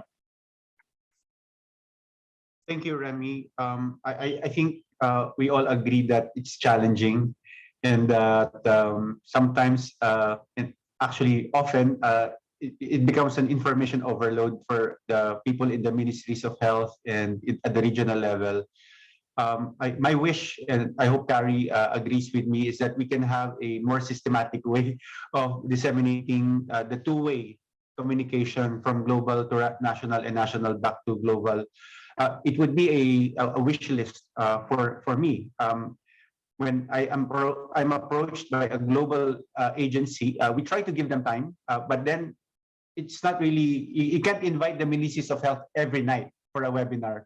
So we need to organize the content. We need to organize the delivery, so that, I think once a week we can invite them. But in that once a week, the original meeting once a week, we have to put in all of the relevant information in 1 hour that's coming from the global organizations. I think, to me, that would be more effective. And I think we can get the ministries to attend at least 1 hour a week to just get the updates from the global organizations. But then, of course, it's a challenge. How do you gather all and organize all of that global content from different groups in one summarized hour, so to speak? So I'll end there. We have about 1 minute left, and I'd like to give that back to Carrie for her final words. Carrie. Thank you, Alvin. I think you summarized it perfectly. There's certainly some challenges, but I think everyone is becoming aware of them and how we can work together to overcome them and really get the help down at the national level where it's needed. So we're at the end of our time now, so I think we're passing it back to Amadou. Thanks, everyone. Appreciate all the great presentations. Thank you. Thank you. Well, thank you. Thank you to our panel session speakers and to our facilitators, Carrie and Alvin. And it's really great to hear what's happening on each of the different working groups, as well as the future plans. So now we'll just welcome back Dr. Kasonde to our screens to outline some of the key action points and the responsibilities. Thank you so much, Amadou, and thank you so much, colleagues.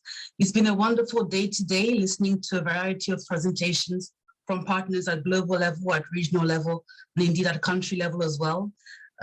From the country presentations, thank you all to our colleagues for joining us. I think I particularly noted a generalized trend towards digitization of health information systems. I think that's something that came across quite strongly for me. I know Malawi certainly have prioritized it with that new digital health strategy. Botswana talked about decentralized EMR and resuscitation of that e-health cluster, and others similarly. So the plea now for me is really for partners, again, at all levels, global, regional, and country level, to support the priorities that have been identified by the different countries. We heard from them today, and we also heard from them in the past. It's not the first time that we're hearing many of these issues that have been identified. So the plea really is for partners to all rally around our countries who are really leading the way in many of these efforts, and to support the data and digital priorities that have been presented to us.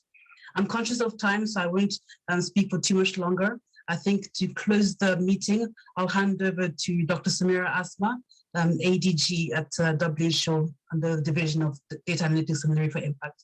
Dr. Samira, over to you. Thank you so much. Colleagues, really delighted to see the progress that is being made under the umbrella of the Health Data Collaborative. On behalf of Dr. Tedros and the World Health Organization, we are truly honored to serve as the Secretariat for the Health Data Collaborative. It is a platform that belongs to everyone all around the world.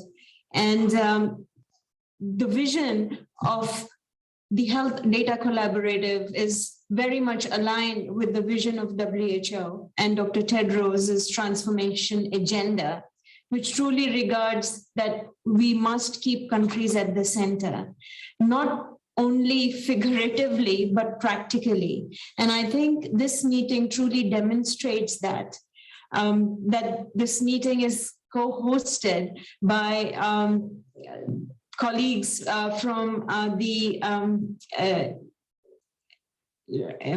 Institute Pasteur and Kemri Wellcome Trust, etc.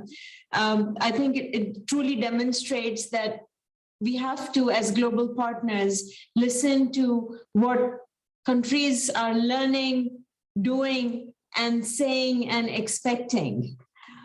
And the regional leadership as well is important. So I truly value and salute all the country partners to bring us all together. 5 countries represented today, Kenya, Cameroon, Malawi, Botswana, and Burkina Faso are also present today. And we have learned a lot from these countries. We have learned a lot from the pandemic as it is unfolding in front of us. So let me just highlight what was discussed today and what challenges we have and where we should be heading. What we have heard from our member states, that our countries, we are a member state driven organization, is 3 things. 1, WHO and partners should truly keep countries at the center, understand the country gaps in data and health information systems, and collect together as global and regional partners to provide that necessary support. You're very familiar with the Score for Health data technical package. The assessment was undertaken, and thanks to many of you for contributing to that. It is the first global assessment that was undertaken to assess the value of data and health information systems around 5 dimensions. And the findings, at least at the global level as well as country level, are really provide a diagnostics for us where countries and partners should come together and invest. When we look at the surveillance systems outlined in SCORE, and it relates very well to what the pandemic is unfolding in front of us, about 24% of countries reported having a sustained capacity to survey health risks. A long way to go. Let's look at civil registration and vital statistics, many working groups, and we are learning a lot from the countries represented today. But what are we struggling with today? We can really express the true toll, tragic toll caused by COVID. The deaths and causes of death is a big conundrum. And WHO, along with UN, DESA, Statistical Association, and many partners around the world, modelers coming together, and we have estimated a global, regional, and country by country estimation of excess deaths associated with COVID. The results will be launched next week, early next week.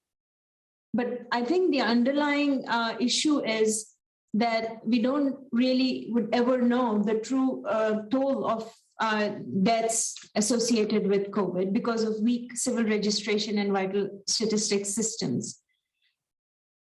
4 out of 10 deaths go unregistered according to the SCORE assessment. Now, since we are in the African region, 9 out of 10 deaths are unregistered. When we look at cause of death capacity, only 30 countries have capacity to accurately report on cause of death. So much important work needs to be done. We are still far behind and we can go slow. We can put too much time in meetings. I think we need to have quick, short meetings and identify what is needed to address the gaps, as member states have requested. Provide support and address the data gaps. Routine health information systems are also the same. There's so much gaps at the moment. We know that during COVID times, chronic diseases kill slowly, and during non-COVID times and during COVID times, we learned that non-communicable or chronic diseases are killing at a faster pace. So we don't have a very solid understanding of tracking chronic diseases or managing chronic diseases. So routine health information systems become extremely important, and we are not optimizing that yet. So the point is that we have work carved out. We know where the gaps are, and we have the tools. Many countries have done exemplary work, whether it is in CRVS or surveillance systems, integrated surveillance systems. When we look at many countries in the African region, truly stands out in integrated disease surveillance systems rather than very siloed approaches, which are also very important in terms of emergency prevention, preparedness, and response and recovery. So the list goes on. We have the gaps, we have the tools. We are going to repeat the SCORE assessment in 2025. So we want to make sure that every country really comes up to get the highest score in all the 5 areas of the SCORE technical package.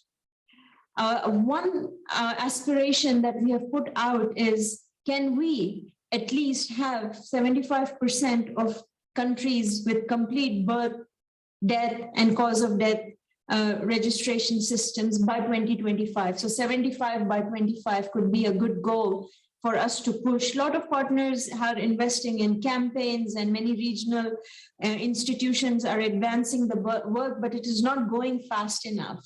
So civil registration, vital statistics should be at the core, I think, of the health data collaborative work. A lot of capacity out there, examples out there. The second request member states requested of WHO and partners is reduce data fragmentation, reduce the overwhelming request for sometimes the same data repeatedly to countries. And it has to have a strong governance mechanism. So we have had 2 summits held this year where we really understood that we need good data principles, sound data sharing policies for emergencies, for disease surveillance, public health surveillance, for research, and also understanding the ethical and legal implications of these. But to operationalize that is going to be important. How countries should truly operationalize at the national, subnational level, how data is being gathered, collated, and shared and used, but more importantly also that many of the development partners are requesting countries to give their data. And how do we as multilateral agencies or other institutions have to delicately deal with that data. So I think we have to truly operationalize that. And Africa Observatory is a very fine example. I think there is a lot that has happened that other regions could take lessons from, and which we are also taking in building the World Health Data Hub and having direct country portals with WHO and WHO sharing with partners about how we can engage at a mass level using the digital portals, etc., for consultations, etc. The third area is about using data to deliver impact. Last Sunday in Dubai, we launched the Universal Health Coverage Global Monitoring Report that is stating the state of UHC, which has to be achieved by 2030. That's the promise of SDGs.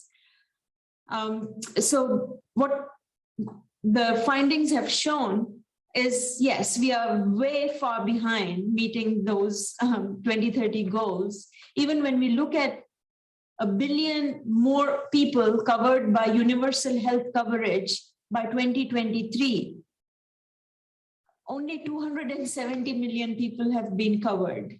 So there is a huge gap. Even we don't take COVID into account, a gap of over 730 million people not covered. When we just look at that billion a segment of the world's 7+ billion people have no access to universal health coverage, means access to essential services without incurring financial hardship. When the data was presented jointly by WHO and the World Bank, the financial protection data is so outdated. Can't use it to influence governments to invest in universal health coverage so that out-of-pocket expenses can be tremendously reduced, and we bring in the social protection net for the citizens, populations, so that they don't get into a cycle of poverty and we see inequalities constantly happening. And the cause is, of course, yes, political commitment at XYZ, but there's no data. So the Minister of Health from Turkey was on the panel. He served as the Minister of Health for last 12 years. He's now a private citizen. Literally said, we need good surveillance on data on financial protection. And the data is truly too outdated. That is something urgently that is what is needed for us to move towards universal health coverage. So the point I'm driving is, while health data collaborative focus is to have good data architectures in every country, we should not lose sight as to how the data gets handed over and gets in a format that is moving into intelligence in the hands of civil society, advocacy groups, and policymakers and the citizens about how we should move in the direction that we have set ourselves in the SDGs. So those were the points I just wanted to mention, not to lose sight. And finally, just from WHO's side, sincerely want to thank you for the time that you have given. We need resources. It is the partnerships at all levels make things happen. It's not only about having meetings, but I think we truly need to honestly review how we can leverage our comparative advantages that we all have. We don't need to do what another agency is doing. Therefore, the purpose of the Health Data Collaborative Platform is for us to leverage, for us to align ourselves and listen carefully to what the country needs are, learning from what the countries are doing and the successes, and scale those up and share those. So this is just the work that partners can create by having these platforms on which scalable solutions can be shared at speed and at scale. so that we close the time frame that is required to address the data gap so that we can move towards doing the real business of promoting health, saving lives, and preventing premature deaths. So that is not what is happening at the moment. So I think the results are mixed, but hopefully as we look forward to 2022, I truly would like all of us to be challenged. Can we look at 100-day segments? Whichever working group we might represent, whatever topic we are passionate about in the health, within the Health Data Collaborative, can we set a 100-day plan and say 100-day, we will take a stock and see if we have achieved what we have set out to do.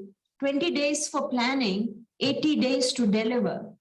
I think if we do that, I'm hoping that's what we are trying to do here as well, so that we can move into a pace of acceleration and catch up for the fallbacks and the lost time, and not wait until 2020, 2030 to fix the data architecture, but do that within 22, 23 maximum for all countries to have good hubs, data hubs, good partnerships in the countries, the whole reliance within each country, national, subnational, and for partners to be aligned so that we are not duplicative. Final point, we need resources to do all of this, financial resources. So the idea, if we can all come together and see what the price tag might be for every country to have an optimal health information system, what would it cost? And if we can, under the umbrella of Health Data Collaborative, come up with that and hopefully then advocate for resources in a transparent way and then distribute those where the needs are the greatest, I think that would be an important step forward. So not to say much more, but from WHO's side and our team, Craig and Moyni and partners, we would like to say thank you to you for hosting this meeting. You've really put countries at the center, and it really truly exemplifies how other regions and how we at a global level should be working by learning from the countries and listening to you, with you, and making solutions together. So with that, pass it over back to Moyni. Thank you for having me, and all the very best. Thank you.